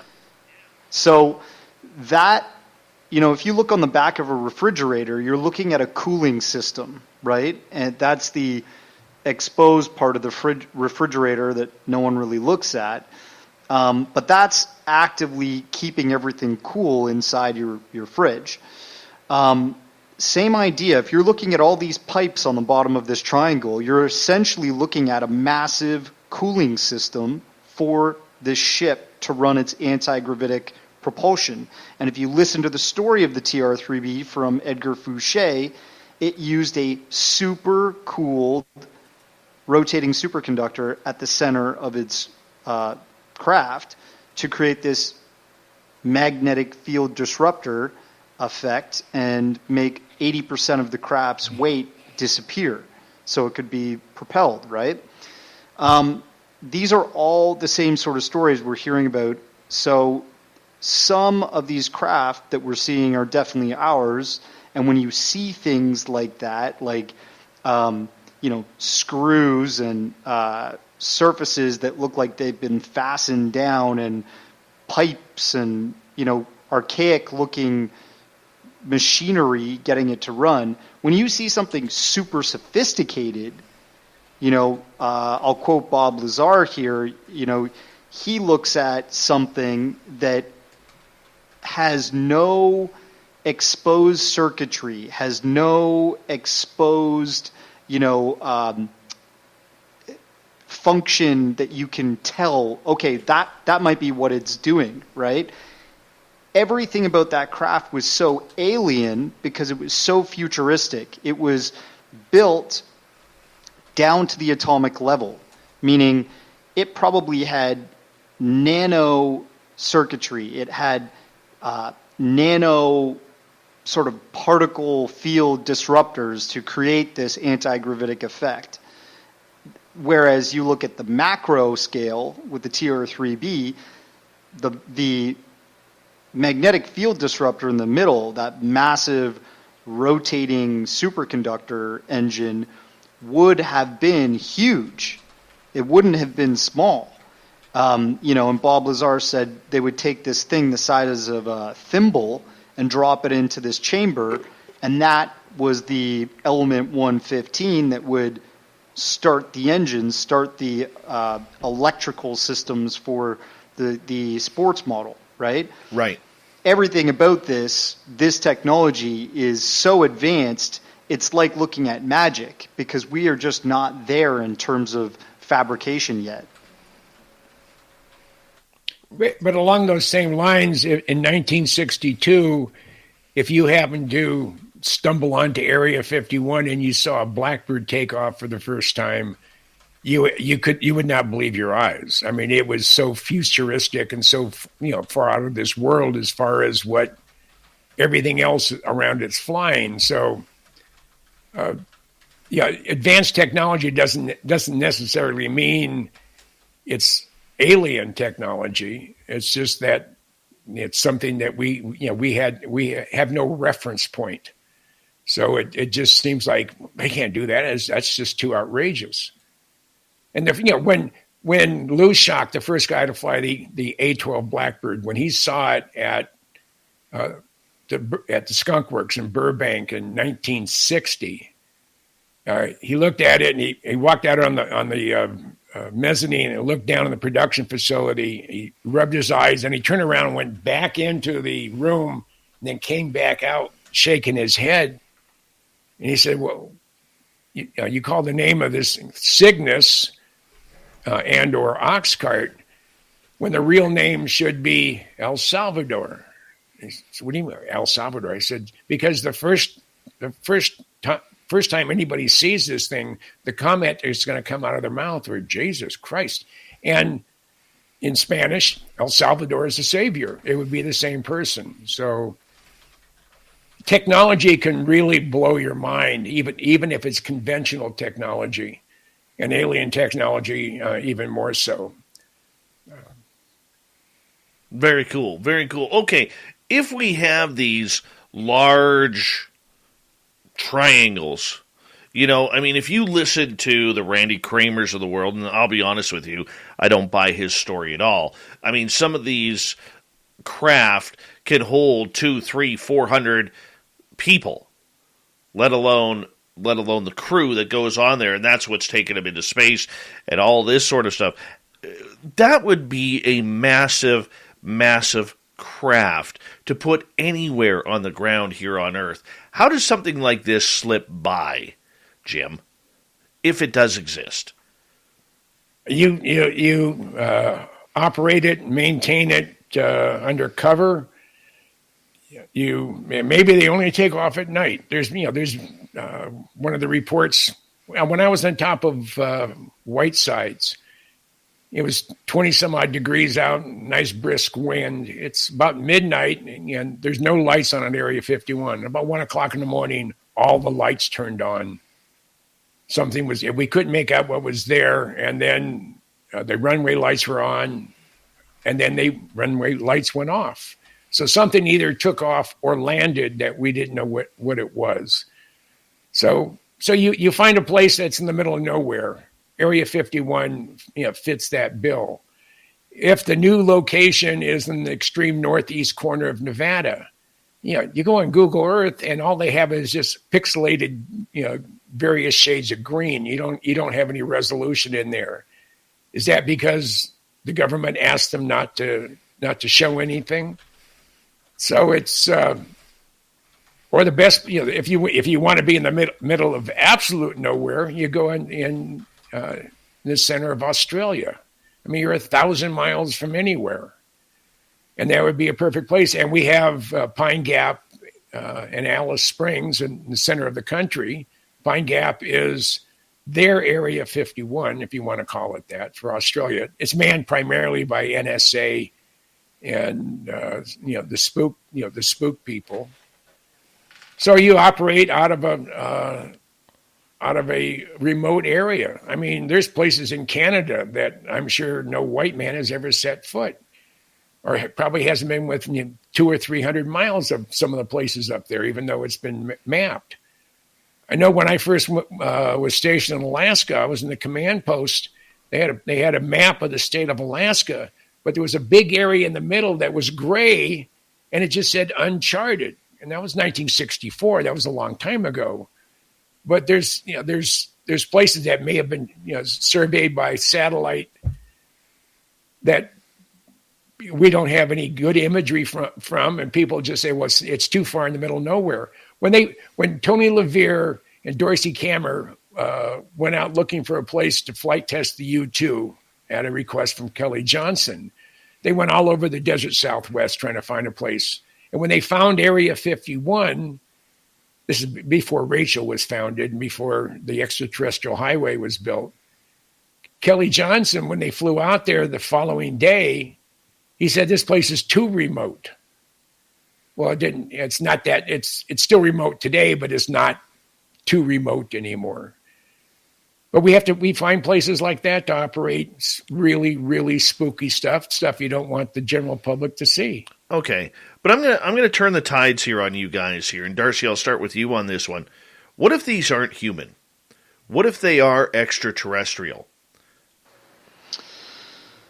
Like I said, I think there have been triangles caught on NASA cameras, landing on the moon. So I think there are ET craft that are big flying triangles. But hey, drones might not only be a human construct, okay? What better way to travel the stars than to send an autonomous craft and beam back images and video and sound of what you found to your home planet?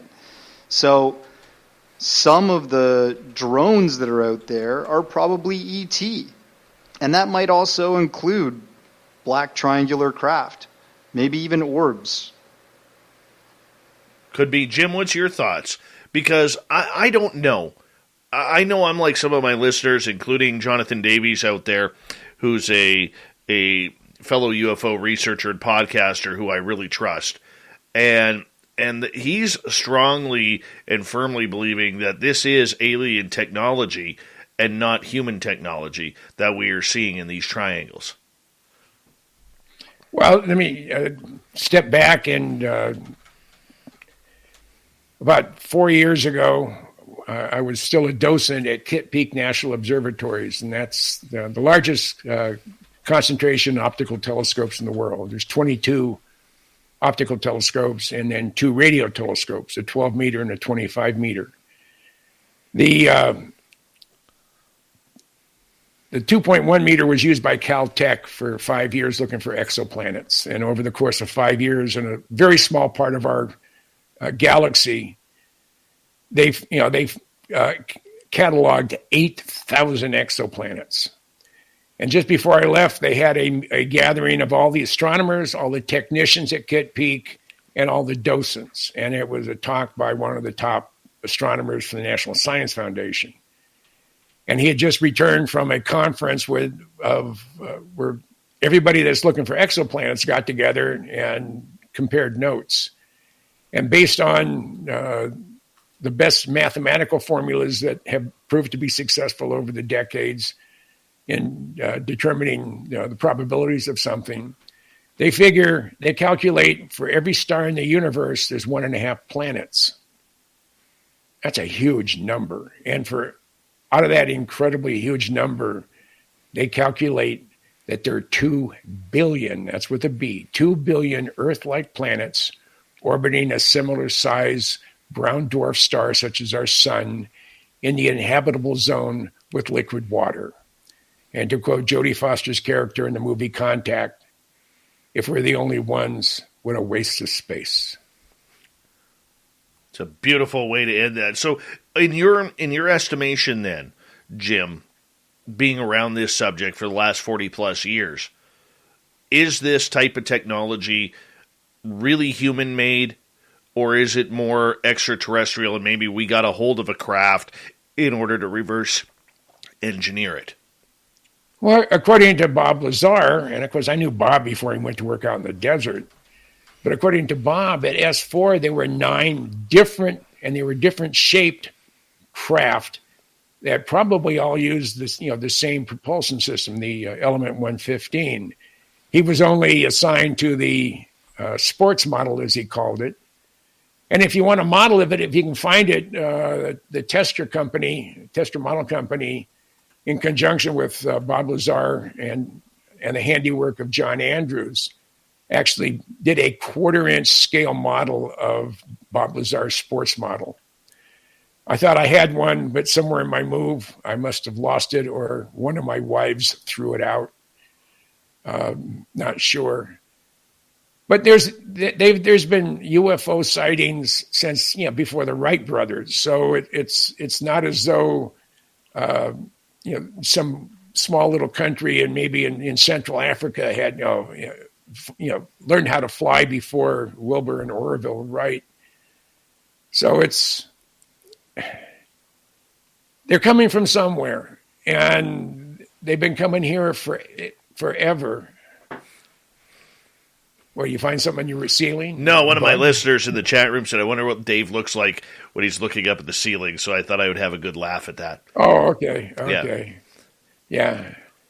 The stuff has been going on forever. There's petroglyphs and hieroglyphics with appears to be flying saucers or flying craft or something in the sky shooting a beam down, a bolt of lightning. Ooh, it could be a laser. It could be a machine gun. And that goes back as far back as recorded history. There's been sightings that could not be explained. And so in my feeling, we're not alone. And I felt that most of my life, that we're not alone.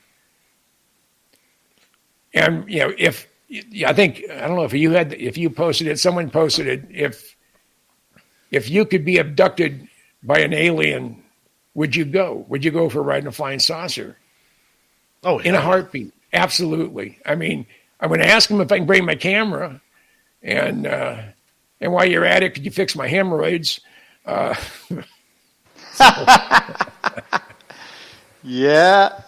Oh. Hey, Peppa. Peppa, no. How old are you, Dave? I'm 48. Oh, okay. He's got the hair. He's got You've the got- beard.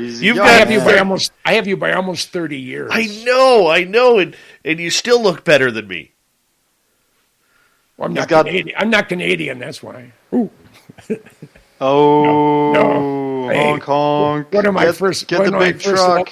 One of my first loves lived in Burnaby, so I love Canada. You've had many loves, my man. Yes, I have. So, Dave, what's your approximation, man? What do you I think they're alien. Black triangles, ours, aliens? I think they're alien. I think they're alien. Do you think we have any black triangles? That I'm not sure. Here's my thing on this. I have, I said, I can only go by what I have seen. I have seen two of them. One was massive, the size of a city that I saw with friends of mine. And the other one that I saw with friends of mine was completely different. And we watched that. It was like a door opened up in the sky. And when this thing flew into the door, we could see it disappear from the nose on back. It just didn't blip out. It actually faded out like it was going through a door. Yeah. And the fact that though they were two different, I'm not saying, look, there's two different cars. There's two different of everything. There's multiples of everything on this planet. But when it comes to something like this, I just am not sure. And to me, it seems more alien because neither of them made sound. Yep. And that's definitely something when I met with Michael Schratt, I actually met the same time with the Cousins brothers out in LA. And that was the first time I met them in person. And Schratt was convinced that all triangles are man-made.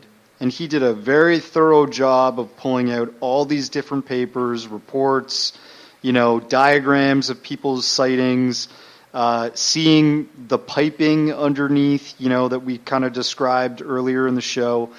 And he is thoroughly convinced that most of the UFO phenomenon is man-made. And I disagreed with him, and I disagreed also with Third Phase, because they were convinced of the same thing. They lean a lot on Schratt's opinion, actually. They don't have much of their own because they haven't picked up a book and read something. Buddy, we're not a podcast. Darcy, we're not a podcast. Okay? We are a live radio show, and our radio listeners do not know much about that. Okay. Oh, okay. Well, I'm just putting it out there. This is all true. I understand that, but not a word of a lie. I'm just saying it relates to your question and my question. Is this alien? Is this man-made? For sure, some of it is man-made. For sure, some of it is alien. I'm just going to leave it at that. The first time I saw an F-117, if I didn't know better, I would have said that was a flying saucer. You looked at it straight on, and I mean, it has it has a fairly large, bulky fuselage and thin wings. From a distance, that's exactly what it looks like. And being it's faceted, it looks like it was changing shape. So just because something looks alien doesn't necessarily mean it is alien. But on the other hand, just because it looks like it's maybe we could build it, maybe it isn't. I mean, it's until one lands, has an emergency, and lands at a public open house at an air show, or it lands on in the Rose Garden during a live worldwide broadcast. I don't think a majority of the general public internationally would believe that UFOs were real. There's too many people out there that are terrified of thinking that that there's aliens out there. I mean, my gosh, the fact that Dave, you could be one. Who knows? I could be one. I know my daughter is. I know my daughter's from a different planet. She doesn't think like anybody I know, but I wouldn't trade her for anybody. She's my sweet girl. Right on. I gotta say one thing, and we got 1 minute. I know she's not listening, or she's probably asleep. But if there's a Sheila Claiborne, she lives in Southern California. If you're listening, dear, I texted you earlier and said I'd be on tonight, so I will tell her tomorrow looking at YouTube. I think she'll enjoy it. Darcy, 40 seconds. You got the last word here, buddy. Tell everybody where they can find Secret Space UFOs, Rise of the TR3-B. Sure. Amazon Prime, iTunes, Google Play, Vudu, and just go to my website, occultjourneys.com. That is my studio site. You can see all my films, watch a trailer, read a description, see the poster. And if you want to read one of Jim's 29 published books, Amazon Prime, look up Jim Goodall. He is the man. He is informed. Check it out. Right on. Darcy Weir, much love to you, my friend, and I love your documentaries. You haven't stopped captivating me with all your hard work. Keep up the great work. James Goodall, thank you, my friend. Always a pleasure, my friend. All right. Always. Coming up next. Thanks, Dave. Thank you, Darcy and Jim. Coming up next, we're going to enter the swamp with Swamp Dweller. Bigfoot Rob is going to join us for the Bigfoot Report. And then we got Vancouver coming up, where we go across Canada on the shift.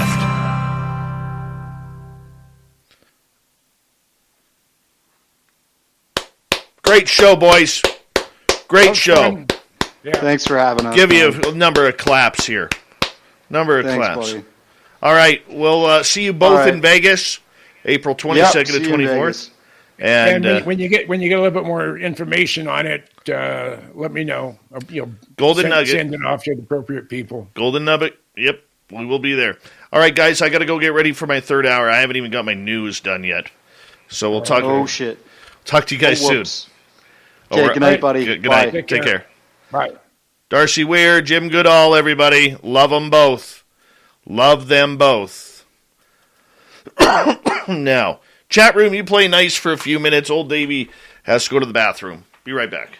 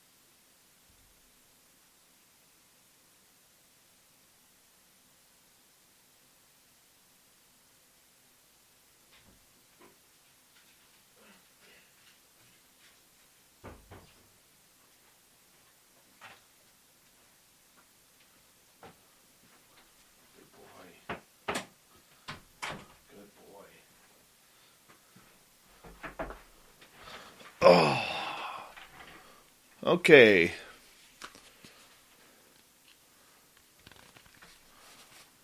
Here we go.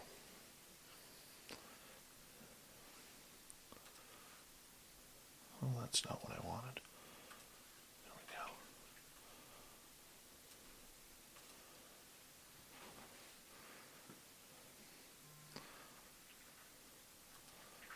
I'm going to remind people once again that our chat room is for everybody. We do not condone shots from our guests at people in the chat room. We do not condone shots from our chatters to other chatters or our guests. All right? This isn't a democracy here. This is a Daveocracy. Okay, hard questions are allowed to be asked, but put them ethically.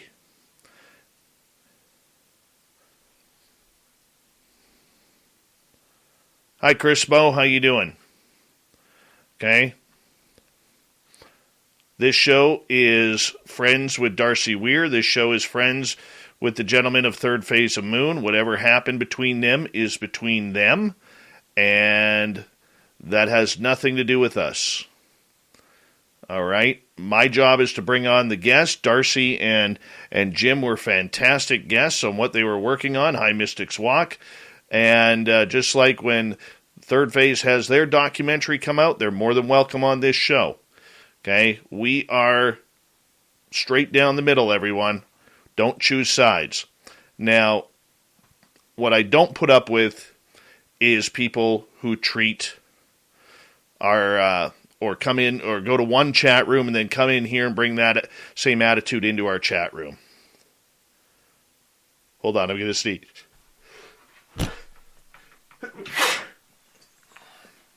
Excuse me.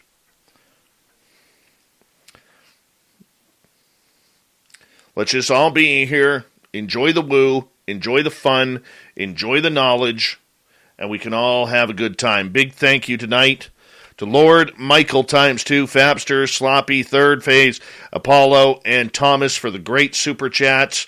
And we thank you all for the love and support you have of this show.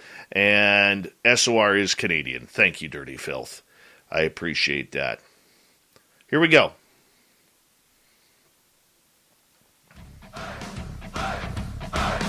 Would you like to connect with us? Head to spacedoutradio.com for all your latest show info.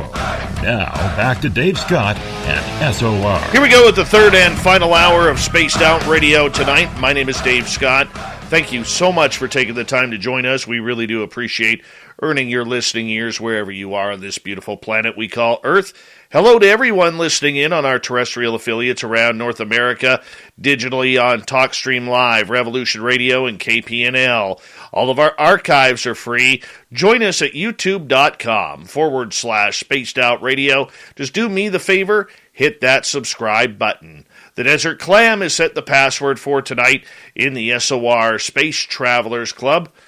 Ubiquitate is your password. Use it wisely, Space Travelers, as the Clam sets the password each and every night right here on Spaced Out Radio. Our website is spacedoutradio.com. We have a plethora of features for you, including Rockin' Out to Bumblefoot, read Shirky Poo's Newswire, check out our swag as well. Follow us on Twitter at Spaced Out Radio, Instagram at Spaced Out Radio Show, and now on TikTok at Spaced Out Radio. Let's head over to our good friend Swamp Dweller for another spooky story here on the mighty SOR. Hi, Spaced Out Radio listeners. This is Swamp Dweller. It's time for your nightly dose of spookiness on the show. If you have an interesting encounter or a spooky story that you would like to share, be sure to submit them in at swampdweller.net. You can also find our YouTube channel at youtube.com/swampdwellerreads. Now, let's chill out, relax, and together, let's enter the swamp.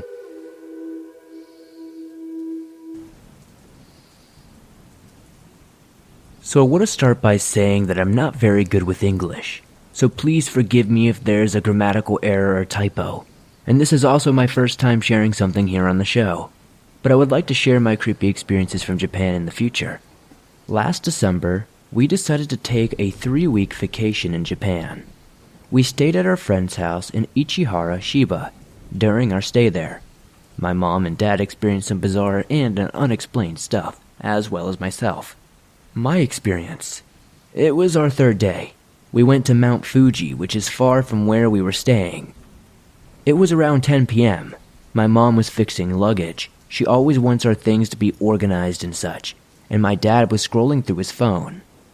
I, on the other hand, was on the couch watching some random YouTube videos. Keep in mind that my mom and dad were together and chatting, and I was relaxing on the couch doing my thing when my dad suddenly looked at me with disbelief in his eyes and said, "Why do you keep touching and turning on my camera?" Which is a GoPro. He doesn't like me touching it because I'm irresponsible, apparently. But anyway, I told my dad, "What do you mean? I never touched or even went close to that thing." He shrugged and went back to his phone. The camera was beside him. It was placed on a box far from where I was sitting. Fast forward, when I asked about the incident, he told me that the GoPro kept turning on, and kept on turning off. Also, the camera would keep on switching sides, which is weird. So, a week after, our friend, whose house we were staying at, which is right near the base of Mount Fuji, had to go out of town, but he said that we could stay at his home for as long as we liked. We are excellent friends with him, so there's no real problem with that. He asked if I would like to play some video games, so I said sure. He let me borrow his PlayStation 4, and at night, before going to bed, I would hop in for a couple of minutes and sleep afterward. I will try my best to describe the place. So the house is tiny, probably suitable for 1 or 2 people. When you enter the house, there's a little space where you must put on your shoes or slippers before you enter the house. After that is the kitchen at the right. On the left side is the dining table. In the north area is the living room. A sliding door divides the kitchen and the living room. The right side of the living room is in the bedroom and bathroom. I'm sorry if my description is not very good. It was 1 a.m. and my parents were asleep in the living room, and at the time, I was playing Call of Duty World War II in the bedroom. The PlayStation 4 and the monitor were set up near the door to see the kitchen area. I decided to close half of the door because it was freezing at the time. While playing, in my peripheral vision, I kept seeing a shadow figure who kept on walking from the kitchen to the bedroom door. And there was also a time where I could see the shadow figure from the bathroom, which is just beside the bedroom. I felt terrified, so I decided to turn off the console and go to the living room to try to sleep. Another experience I had when we woke up early was because we had to go to Fuji Q amusement park, and the car we rented would be at the house at 10 a.m., so I was the last person to take a shower. While doing so, my mom told me that they had to go to 7-Eleven real quick to buy some drinks and chips because it would be a long trip. The store is about a 10-minute walk from the house. I was doing my business when I heard someone laughing from the living room. It sounded like a girl, and I didn't overthink it. I thought it was just my imagination or whatnot. Maybe even the neighbors, who knows. After a few seconds, I heard some footsteps coming towards where I was. I didn't know what to feel at the time, but all I could say is that it was this bizarre feeling. It just didn't feel right. I don't know about you guys, but I know the footsteps of my mom and dad, and the footsteps I heard were not familiar at all. Again, I didn't overthink it. I said to myself that it was probably just my mom. I turned off the switch and got out of the shower, and to my surprise, nobody was in the house. Probably a minute or two later, I heard my mom and dad talking outside the home, opened it, and asked if I was finished. I told them what happened, but they just smiled and continued with what they had to do. This next one is my mom's experience. So, around 2 weeks, we decided to take a day off from going out and stay home. We washed our clothes and cleaned the house. It was around 8 p.m. and my mom was in the bathroom brushing her teeth. I was in the bedroom playing PS4 when suddenly she came to me and said, "Did you say anything? Or were you watching something?" I said, "No. Mom, why? What happened?" She ignored my question and decided to ask my dad, "How about you? Did you say something?" My dad said nothing. We asked her why, and she said, "I heard a man with an intense voice talking and murmuring things." My mom said, "She said the man speaks Nihongo," but she couldn't quite understand what the man was saying. It's not something my mom likes to talk about, but I do think she sees ghosts and feels them. I'll post some of her stories in the future. My dad also had an experience too. For 2 weeks we slept in the living room because it has more space and is more comfortable. I guess you can say, compared to the bedroom. My dad kept saying that he kept waking up at 3 a.m. and wouldn't be able to sleep afterward because he felt like someone or something was watching him, and it was eerie. Every day, 3 a.m. on the dot, my dad would hear noises coming from the other room, like the chair being dragged across the room, like someone was playing with it. The floor that this house was made of was wood, so you could hear the noise bounce off. He also claimed that he listened to the keyboard clicking, and it was coming from the bedroom, but my dad, being skeptical about ghosts, brushed it off and said he thought maybe the noise was just my neighbor from above. He told the story to the owner of the house, and our jaw dropped when he said, "Nobody's living above. It was just you guys here the entire time." After that incident, my dad became a pretty strong believer in the paranormal. We've heard a lot of paranormal stories from our friends there who are living in Japan, especially in the Mount Fuji area. Wonderful, wonderful story. Thank you to Mr. Swamp Dweller. You can go to youtube.com/Swamp Dweller Reads and check out his great channel. Make sure you hit subscribe. There's a reason why he has 250,000 subscribers. His stories are just phenomenal. All right, let's get to the Bigfoot Report.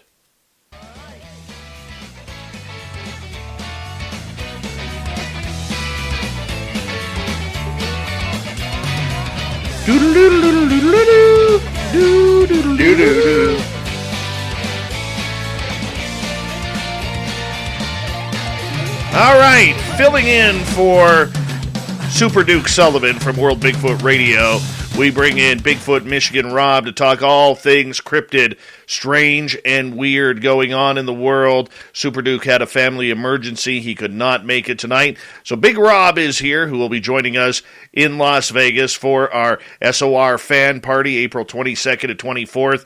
I'm going to take his money at the poker table. I'm going to be honest with you. I am taking his money at the poker table. How you doing, buddy? Hey, Dave, I'm doing fantastic. And, I have to do a quick shout-out. I'm no Duke Sullivan. He has probably forgotten more things about Bigfoot than I'll ever remember. And I appreciate you having me on. I'm looking forward to it, man. I do appreciate it, and thank you so much. All right. Now, there's always stories coming in that you are picking up, along with very many others, trying to figure out what is going on in the cryptid world out there. As we're getting late into winter here, even up here, man, it's melting already. The snow is. And, we're getting closer to those dates, man, where we can head out in the forest, especially, up here above the 49th parallel and the northern and eastern states. Are you getting excited for it? Oh, I'm absolutely getting excited for it. In fact, we've had on our show, and again, I'm not promoting our show. Oh, go ahead. You're filling in. The reason I know what I know today is, we do Brunch with Bigfoot, and on our show, we've had over 50 researchers and experiences on our show. And when you gave me the call today, I'm like, yeah, let me think about something current. And I came up with 2 reports, and somebody that we had on 2 weeks ago about a very current report that happened 6 months ago in Washington State. So what I'd like to do for our terrestrial audience and our people on YouTube, I like to start out first with a report from a researcher that we had on the show in Washington State, and I'm going to let it roll from there. You told me 17-minute segment, and I got 1,700 hours that I could talk about. I just realized, so thank you for that. Anyways, Mantra and Kyle are their names. They're researchers out in Washington State. Kyle was looking to move into a different research area. And what he did is he discovered a canyon. There was a huge lake surrounded by a canyon in the forest. And so he had made mention of that to a few of his buddies about, hey, I'm going to check this out for a new research area. Some of his buddies had said, hey, you know what, man? We don't like going in there. It's just bad things happen. It's strange. High strange just happens. So, and Kyle on the show was elaborating, that's all what I'm all about. So he takes his boat out onto the lake surrounding the canyon. And what he did, Dave, and to our audience, is he has 2 speakers on his boat.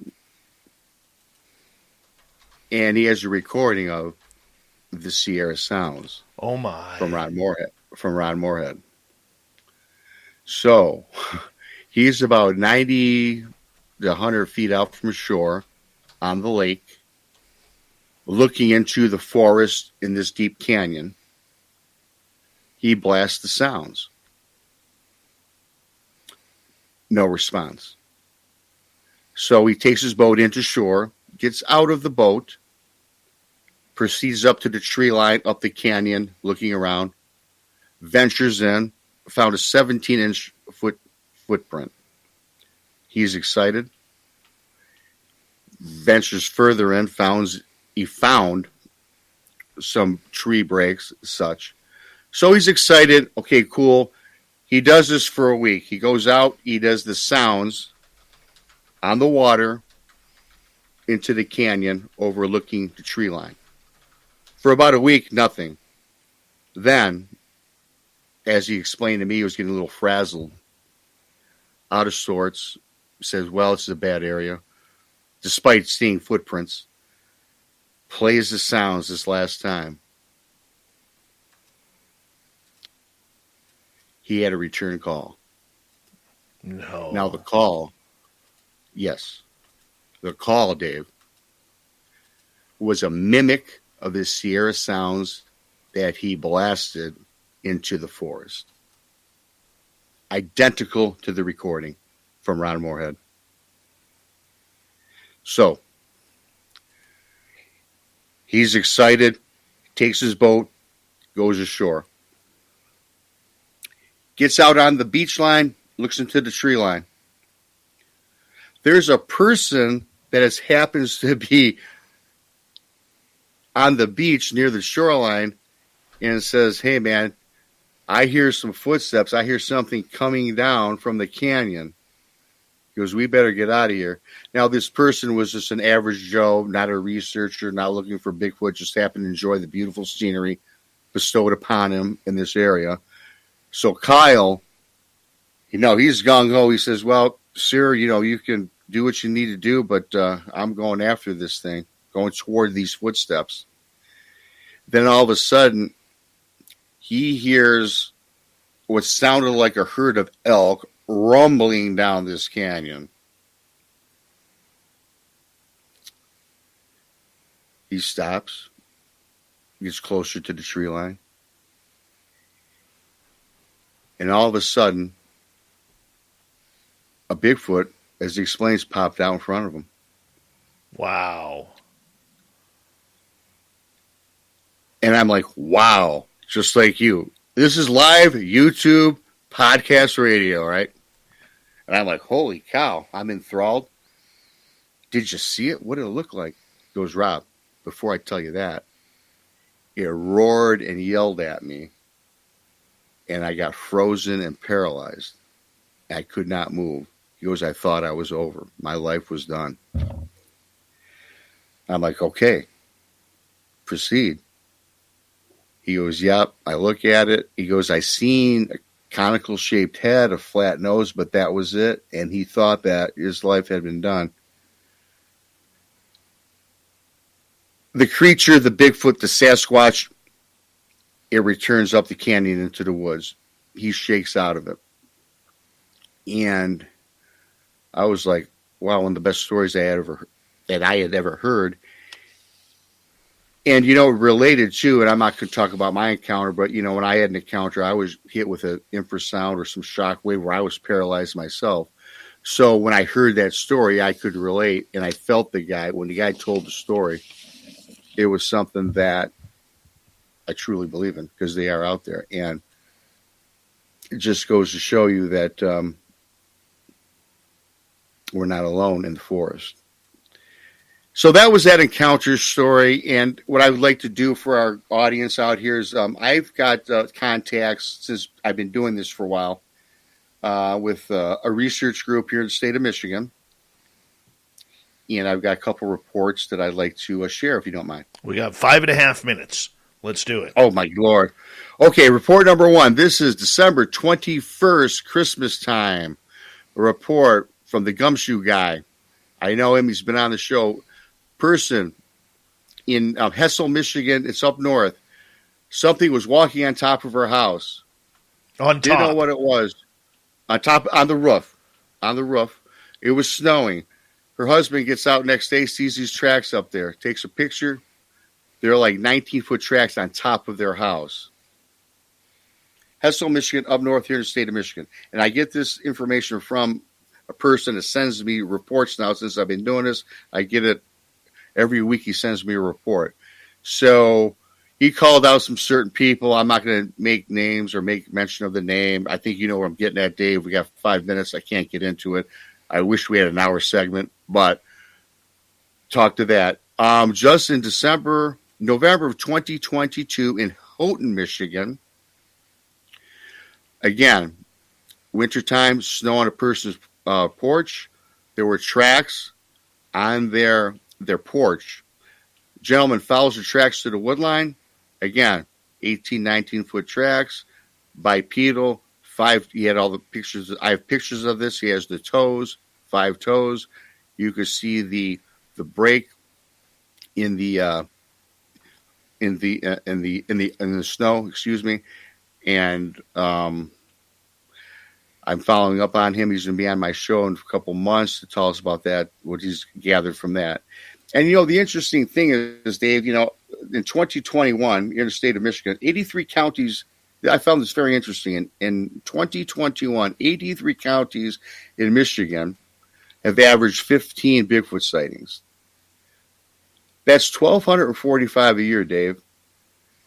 I'm not swift with math. Divide that by a month. It's 41 a month, 1.3 per day.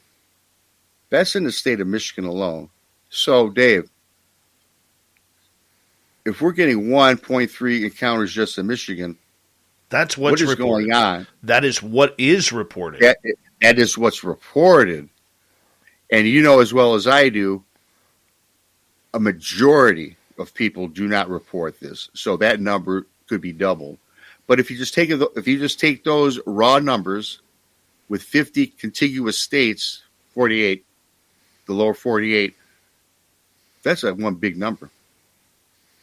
That is a massive number because you think I don't know what the mathematics are on this, Rob. Right. Okay. But I'm going to say for every report that is filed, there's got to be at least 25 to 50 that aren't.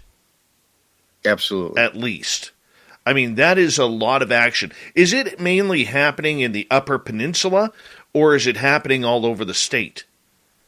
Well, Houghton, one was in the Upper Peninsula, one was in the Lower Peninsula. And this is a funny story. I live in a county of Wayne County. There's one report in Wayne County. And check this out. It was at the airport. Weird. And the airport around where I live is surrounded by, like every other airport, right? There's hustling and bustling. There's hotels, motels, all sorts of activity. However, though, the Detroit Metro Airport is surrounded by woods, and they can get pretty thick around there. So after doing this for a while, the more I learn, the less I know. Who would think that a Sasquatch or a Bigfoot encounter or report would be cited at the Metro Airport in Michigan? So it just opens up a lot of doors and a lot of avenues that people aren't even exploring. I mean, I know people that live in suburbs of Louisiana. I got a report, a Bigfoot peeping over his porch, his fence, staring at him in the suburb. Now, of course, in back of him was a gully where a waterway is. And in fact, running through Wayne County, Michigan, we have a river. I do find that the reports that I read, the people that I have on the show that have encounters or experiences are around waterways almost 90% of the time. Detroit, Michigan, inner city, a report I received. The river runs through it. It's the ghetto. No one lives there. Abandoned, burnt down houses. There's been a report of a Bigfoot. There's been a report of Bigfoots in dumpsters at McDonald's in the inner city. The McDonald's are just still standing and not burnt down, by the way. So, I just love this subject. It's just, they're everywhere and anywhere. And I was just happy to come on and give that quick report. I could talk for hours, Dave. I know you when can. When you call me, look, I got notes, man. I got all over the place, man. I love it. So, you want me to come back on anytime to fill in anything. I've got a plethora, as you would say, of guests, of researchers. I can hook it up for you, my man. I am looking forward, man, to Vegas. Hello to everyone in chat, all my friends. Love y'all. I am Bigfoot Michigan Rob, BMR. That's Dave Scott, SOR. We own tonight, baby. That's why I love you. Your energy, and it's attractive, my friend. It's attractive. And thank you for the report, Bigfoot Michigan Rob. Absolutely, man. All right, coming up next, we're going to hook up with Shane Hewitt and the Shift in Vancouver. Spooky stories and maybe some UFO Canada news. Then we got Shirky Poo's news. Thought of the Dave coming back right after this.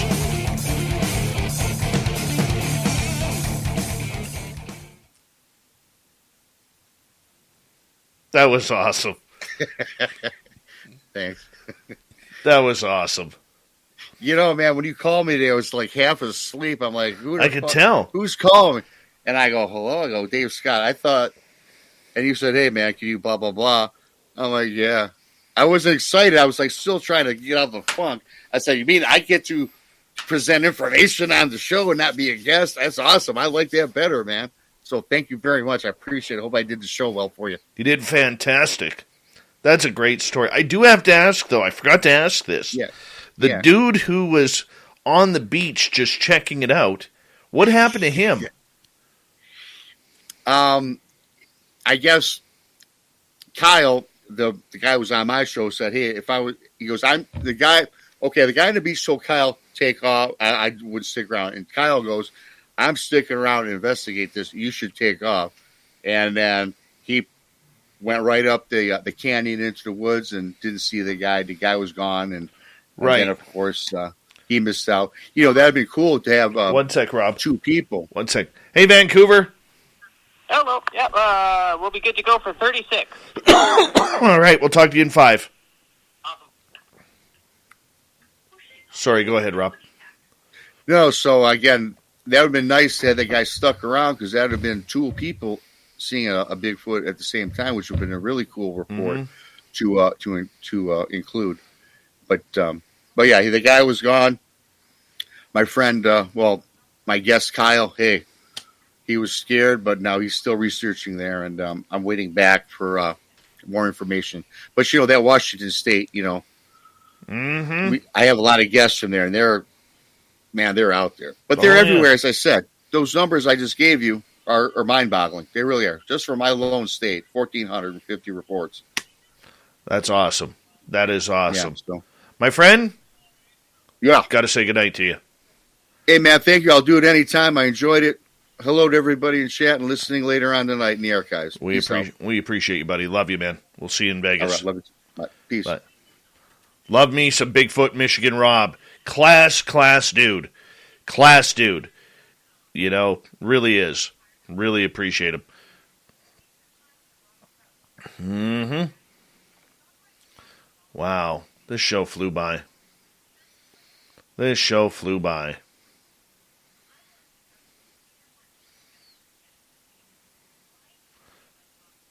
Go to Vancouver here next. Okay.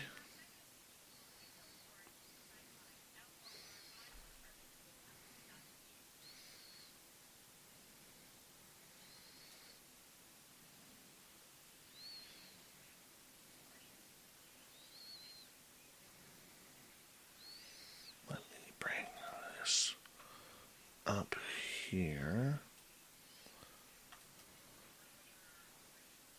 All right, we've got about 2.5 minutes here. Where am I going here? Right here. Cool.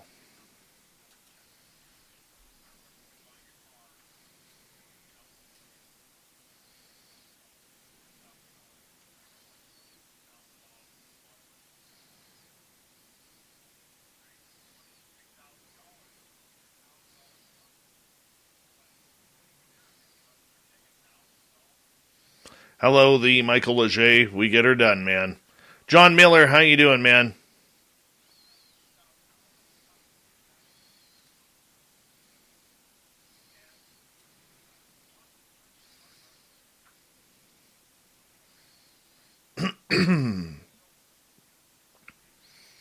That was a great Bigfoot report from Rob.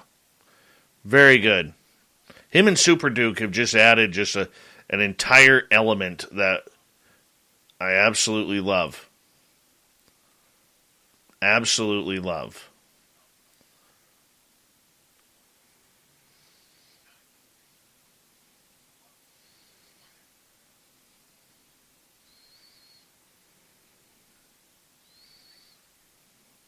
Hi, Body Tech. Good morning to you.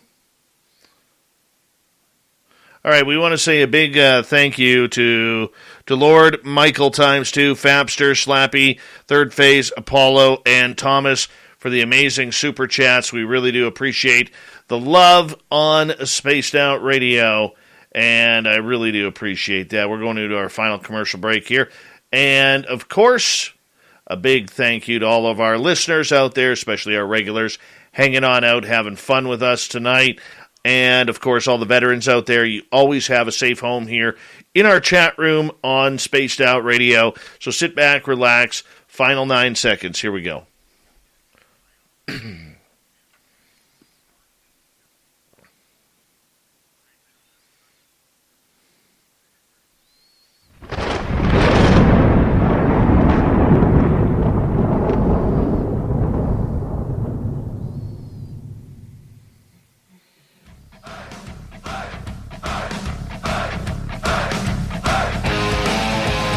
We rounded third. We're heading for home tonight on Spaced Out Radio.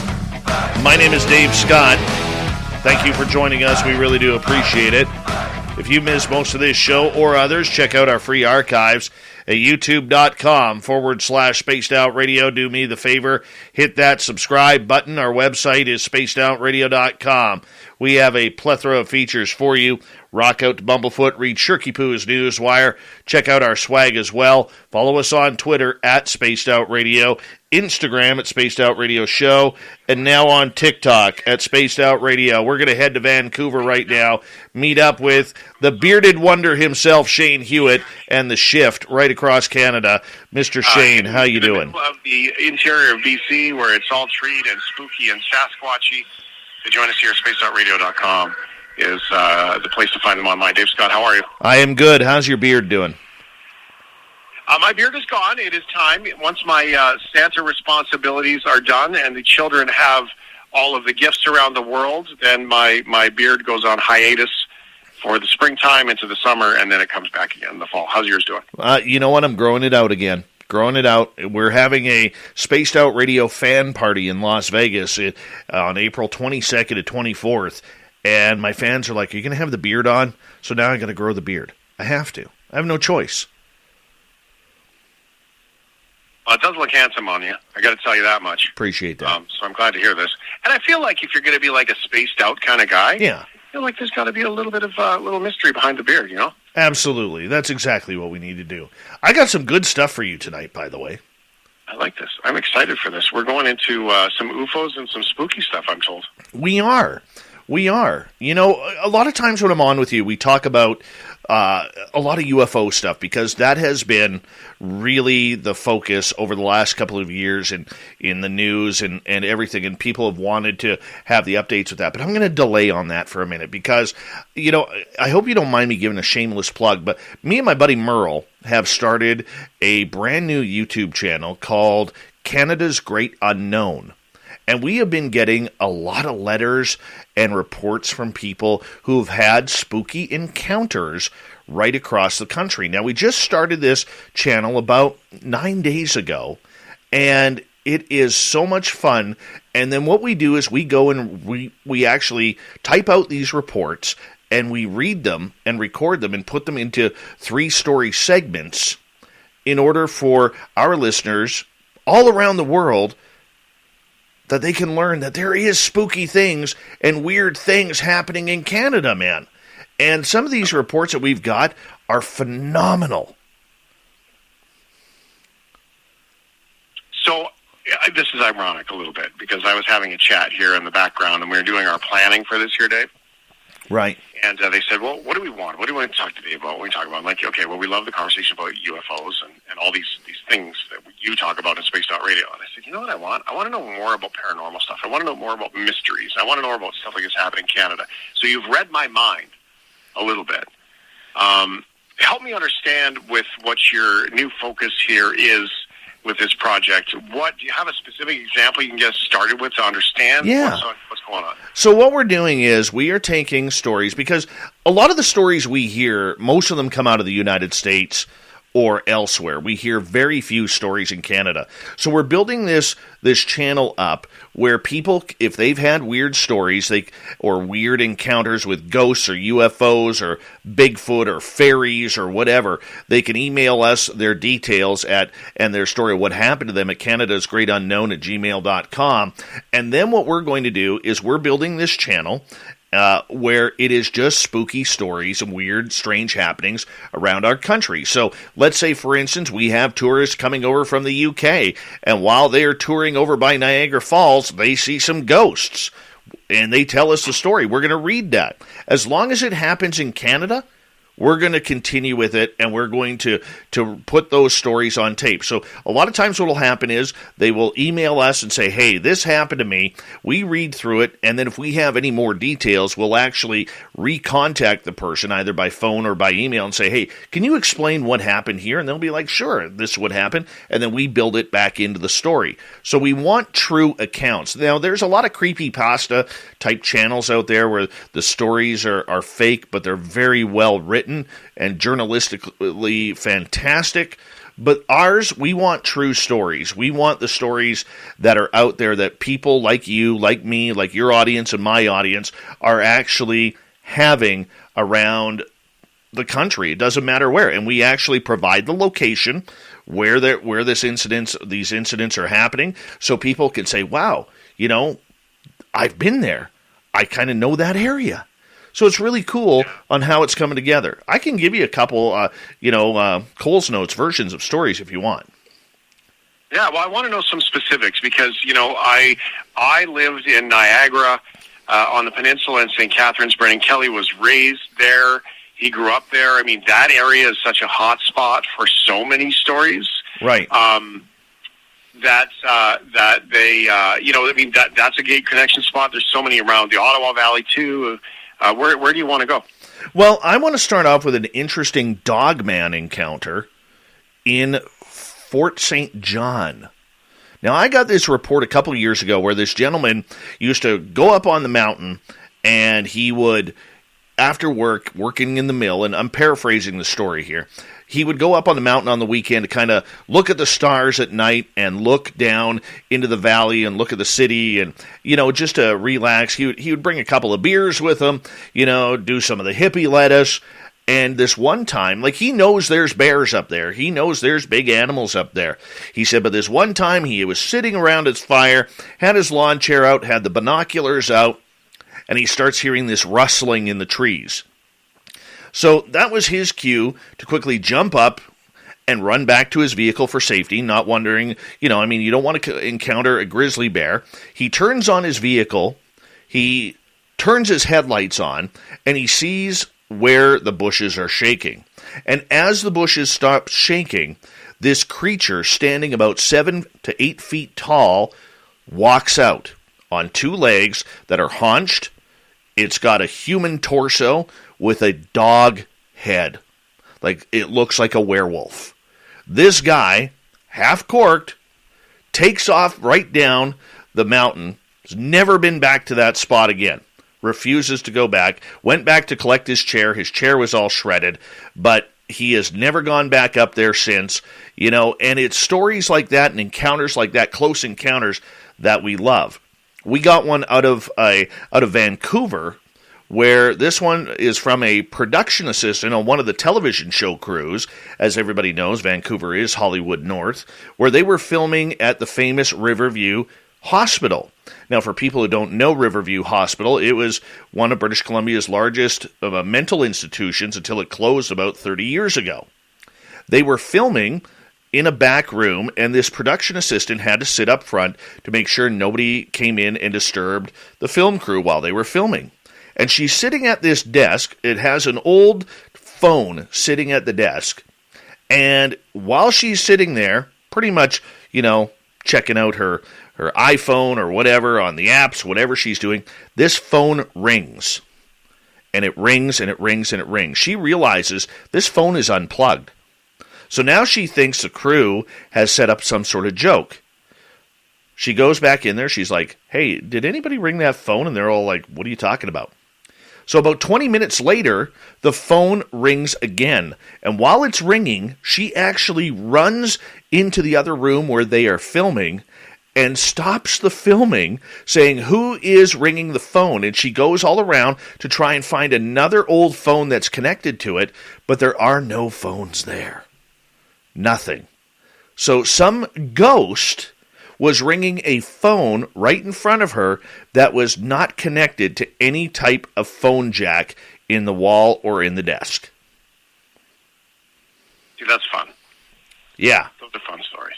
Yes. I love stories like that. I mean, those are the ones that are really, really fantastic to learn about. I mean, I remember when I worked in the White House of Rock in St. Catharines. I mean, that building had so many ghost stories in it that it's mind-blowing. I remember walking upstairs to the attic where they used to convalesce in that house, and there were stories about a maid in the house that hung herself on the staircase and stuff like that. And like all of a sudden I got goosebumps like all over down one side of my body, and it was only on one side of my body. And then I got upstairs, and they're giving the tour, and I working there and sort of just giving me a tour around, and they talk about, well, this is this is the room that most people don't like to come into. And I remember going, no way, man, not this room, that room over there, right? And it was just, you could feel it. It's hard to describe the experience of those moments. So, I get that stuff. So what's it again called, your YouTube channel? What's it called? It is called Canada's Great Unknown. It's just beginning. We've got, I think, almost 260 subscribers, so it's literally fresh and brand new. But we're going to be pumping out content. We're trying to do brand new content 3 days a week. So if people sign up for it, they hit the subscribe button, ring the bell, and they'll get notifications of when they are coming on. Yeah. Do you have one more story you can tell us before we move on to the UFOs, or because I do. Well, let me give you a UFO story that comes from a former member of the Royal Canadian Navy and the Canadian Armed Forces. So this gentleman lives in my town, and when he served in the Navy, he served for 4 years, and one of his stations was at Esquimalt, CFB Esquimalt on Vancouver Island, and they were taking a 3-ship what do they call that? Some training mission up to Alaska. And he had the night watch on the radar from midnight till 4 a.m. At about 2 a.m., he picks his radar, the old school radars where they got the green line that goes all the way around in a 360. Nothing's happening. And all of a sudden, there is a giant blip that is come out of nowhere, and it is about 200 nautical miles west of them, traveling at 50 knots, which is like a Lamborghini on water at that point, in the same direction due north as this ship. They tracked this object, which on radar looked like a giant freightliner ship, okay, but there were no ships in the area. There were no helicopters in the area, and this was absolutely at sea level. And they watched this for 20 minutes on radar as it was cruising parallel with them up. Their ship, the Canadian frigate, the Yukon, was traveling at 30 knots. This thing is going at 50 knots. And then all of a sudden, 20 minutes later, it blipped out again. It was gone. It had vanished. They tried to see on their air radar if it went up into the sky, like maybe it was a helicopter or a low-flying plane. Nothing. It was not a pod of whales, and to this day, he's not sure what he's tracked. He knows he'll never find out, but he is convinced that they were tracking one major size UFO on the Canadian Navy ship.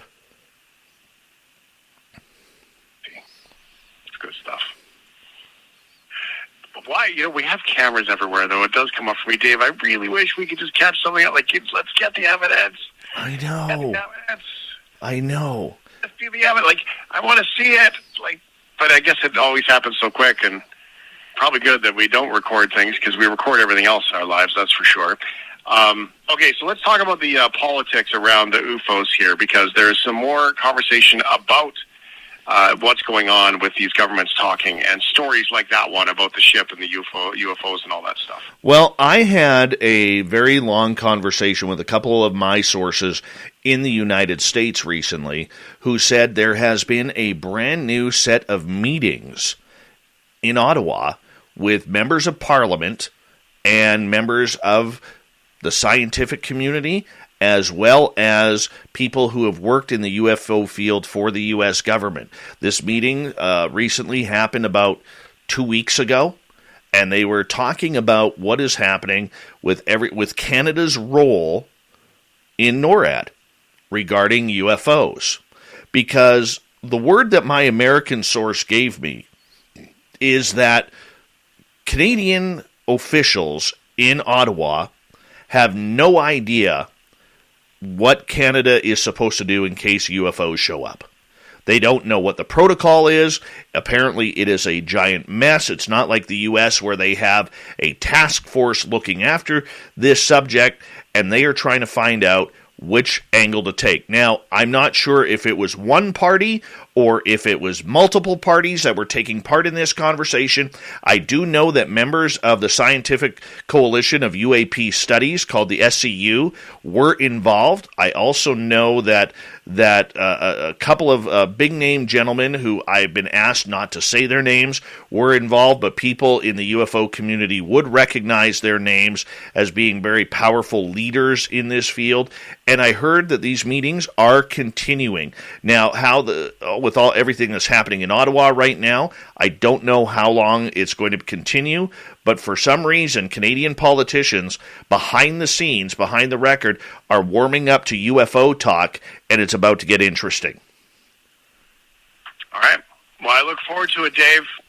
Congratulations on the new project. I love this angle and conversation that you are starting to create and add to the portfolio of Spaced Out Radio. I'm very excited to learn more about it. Well, you can do that by going to hit subscribe on Canada's Great Unknown on YouTube, if you don't mind. There we go. Absolutely. Thanks so much, Dave. Great to talk to you. All right. We'll talk to you soon, my friend. All right. That's Big Bad Shane from the Chorus Radio Network's The Shift, going right across Canada there. Hey, shameless plug for us on Spaced Out Radio for Canada's Great Unknown. Why not? Got to take advantage of it sometimes. Here we go. Let's get to Shirky Poo's news. Here's an interesting one coming out of Tempe, Arizona. Yeah, the old Home Depot not too happy about this. Apparently, this one store in Tempe lost $400,000 when an employee used play money to steal that same amount in real cash. It happened over 4 years, according to the Secret Service. The scam was discovered in December when the store looked into the money, which was purchased on Amazon, where it is listed as prop money. It's supposed to be used for party decorations and videos. The employee, Adrian John Pineda, was responsible for counting the cash in the store's registers and then putting the money in a bag that would go to Wells Fargo. It's alleged that he actually took the real money and replaced it with fake money. Pineda was caught on surveillance cameras allegedly putting the fake money from August 2018 to January 2022 inside the money bags. He admitted the plan to a manager on January 31st, according to the complaint. Now, he's going to be in hot trouble. Yeah, whatever that saying is. I love this story, guys. You're going to love it too. You know, who says that athletes can't be heroes for the right reasons at times? Here's one of them. Philadelphia Eagles safety Anthony Harris just made an 11-year-old fan's dream come true when he escorted her to a daddy-daughter dance in Texas. This is after her father passed away last year.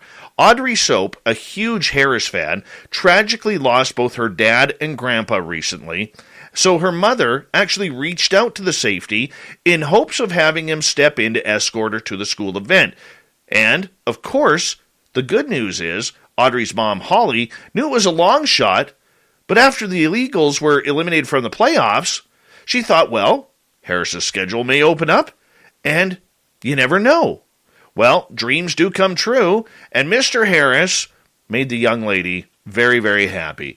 I just asked if he would come, the mom said, if he would be willing to come. And he said, not only will I come, I will make sure that she feels like a princess. Audrey said she got the big news a week before the dance was set to take place, and she was nervous. She messed up while dancing with Anthony, but judging by the pictures, it looked like they all had just a fantastic time. And, you know, it really shows that athletes can be human, and they're not just some, cherished star on the field or on the ice or on the diamond. I mean, that's just fantastic. I love stories like that.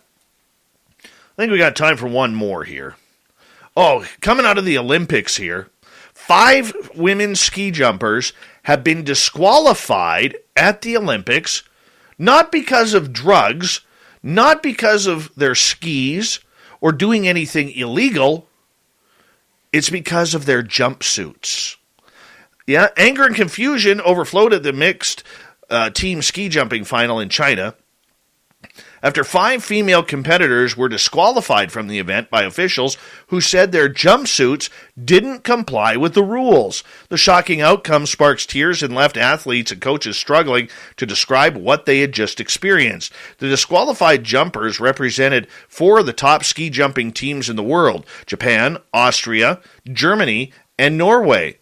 So apparently, from Germany here, they said, we just pulled the crap card. That is how you destroy nations, development, and the entire sport, said Germany's Althaus, who won the silver medal.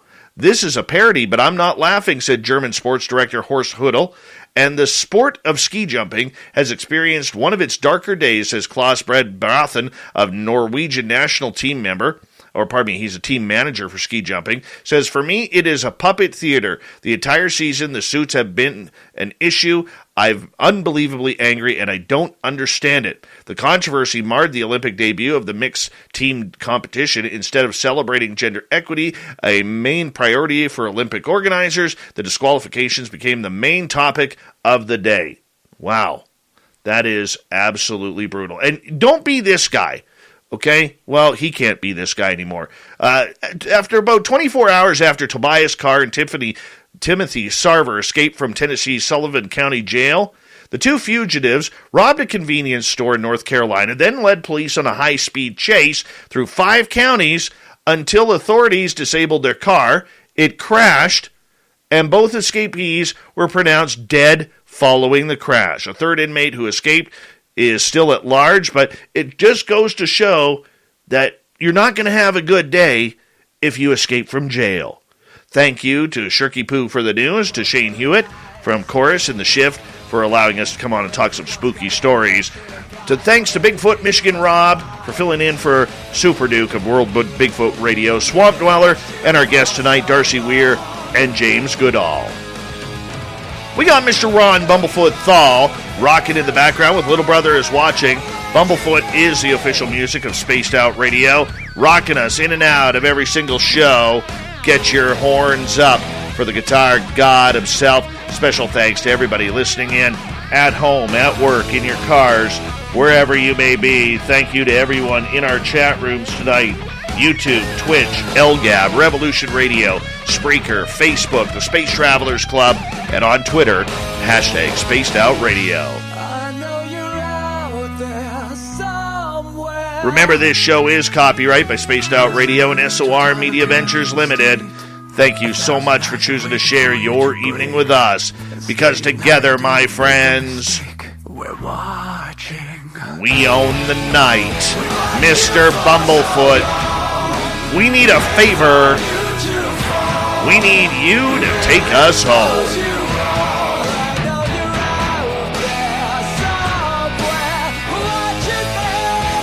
Yes, the Woo train has docked for the night. But soon, my friends, we shall ride again. Your seats are always available. Your tickets never expire. And if you want to bring a friend, we've got room for them too. Good night.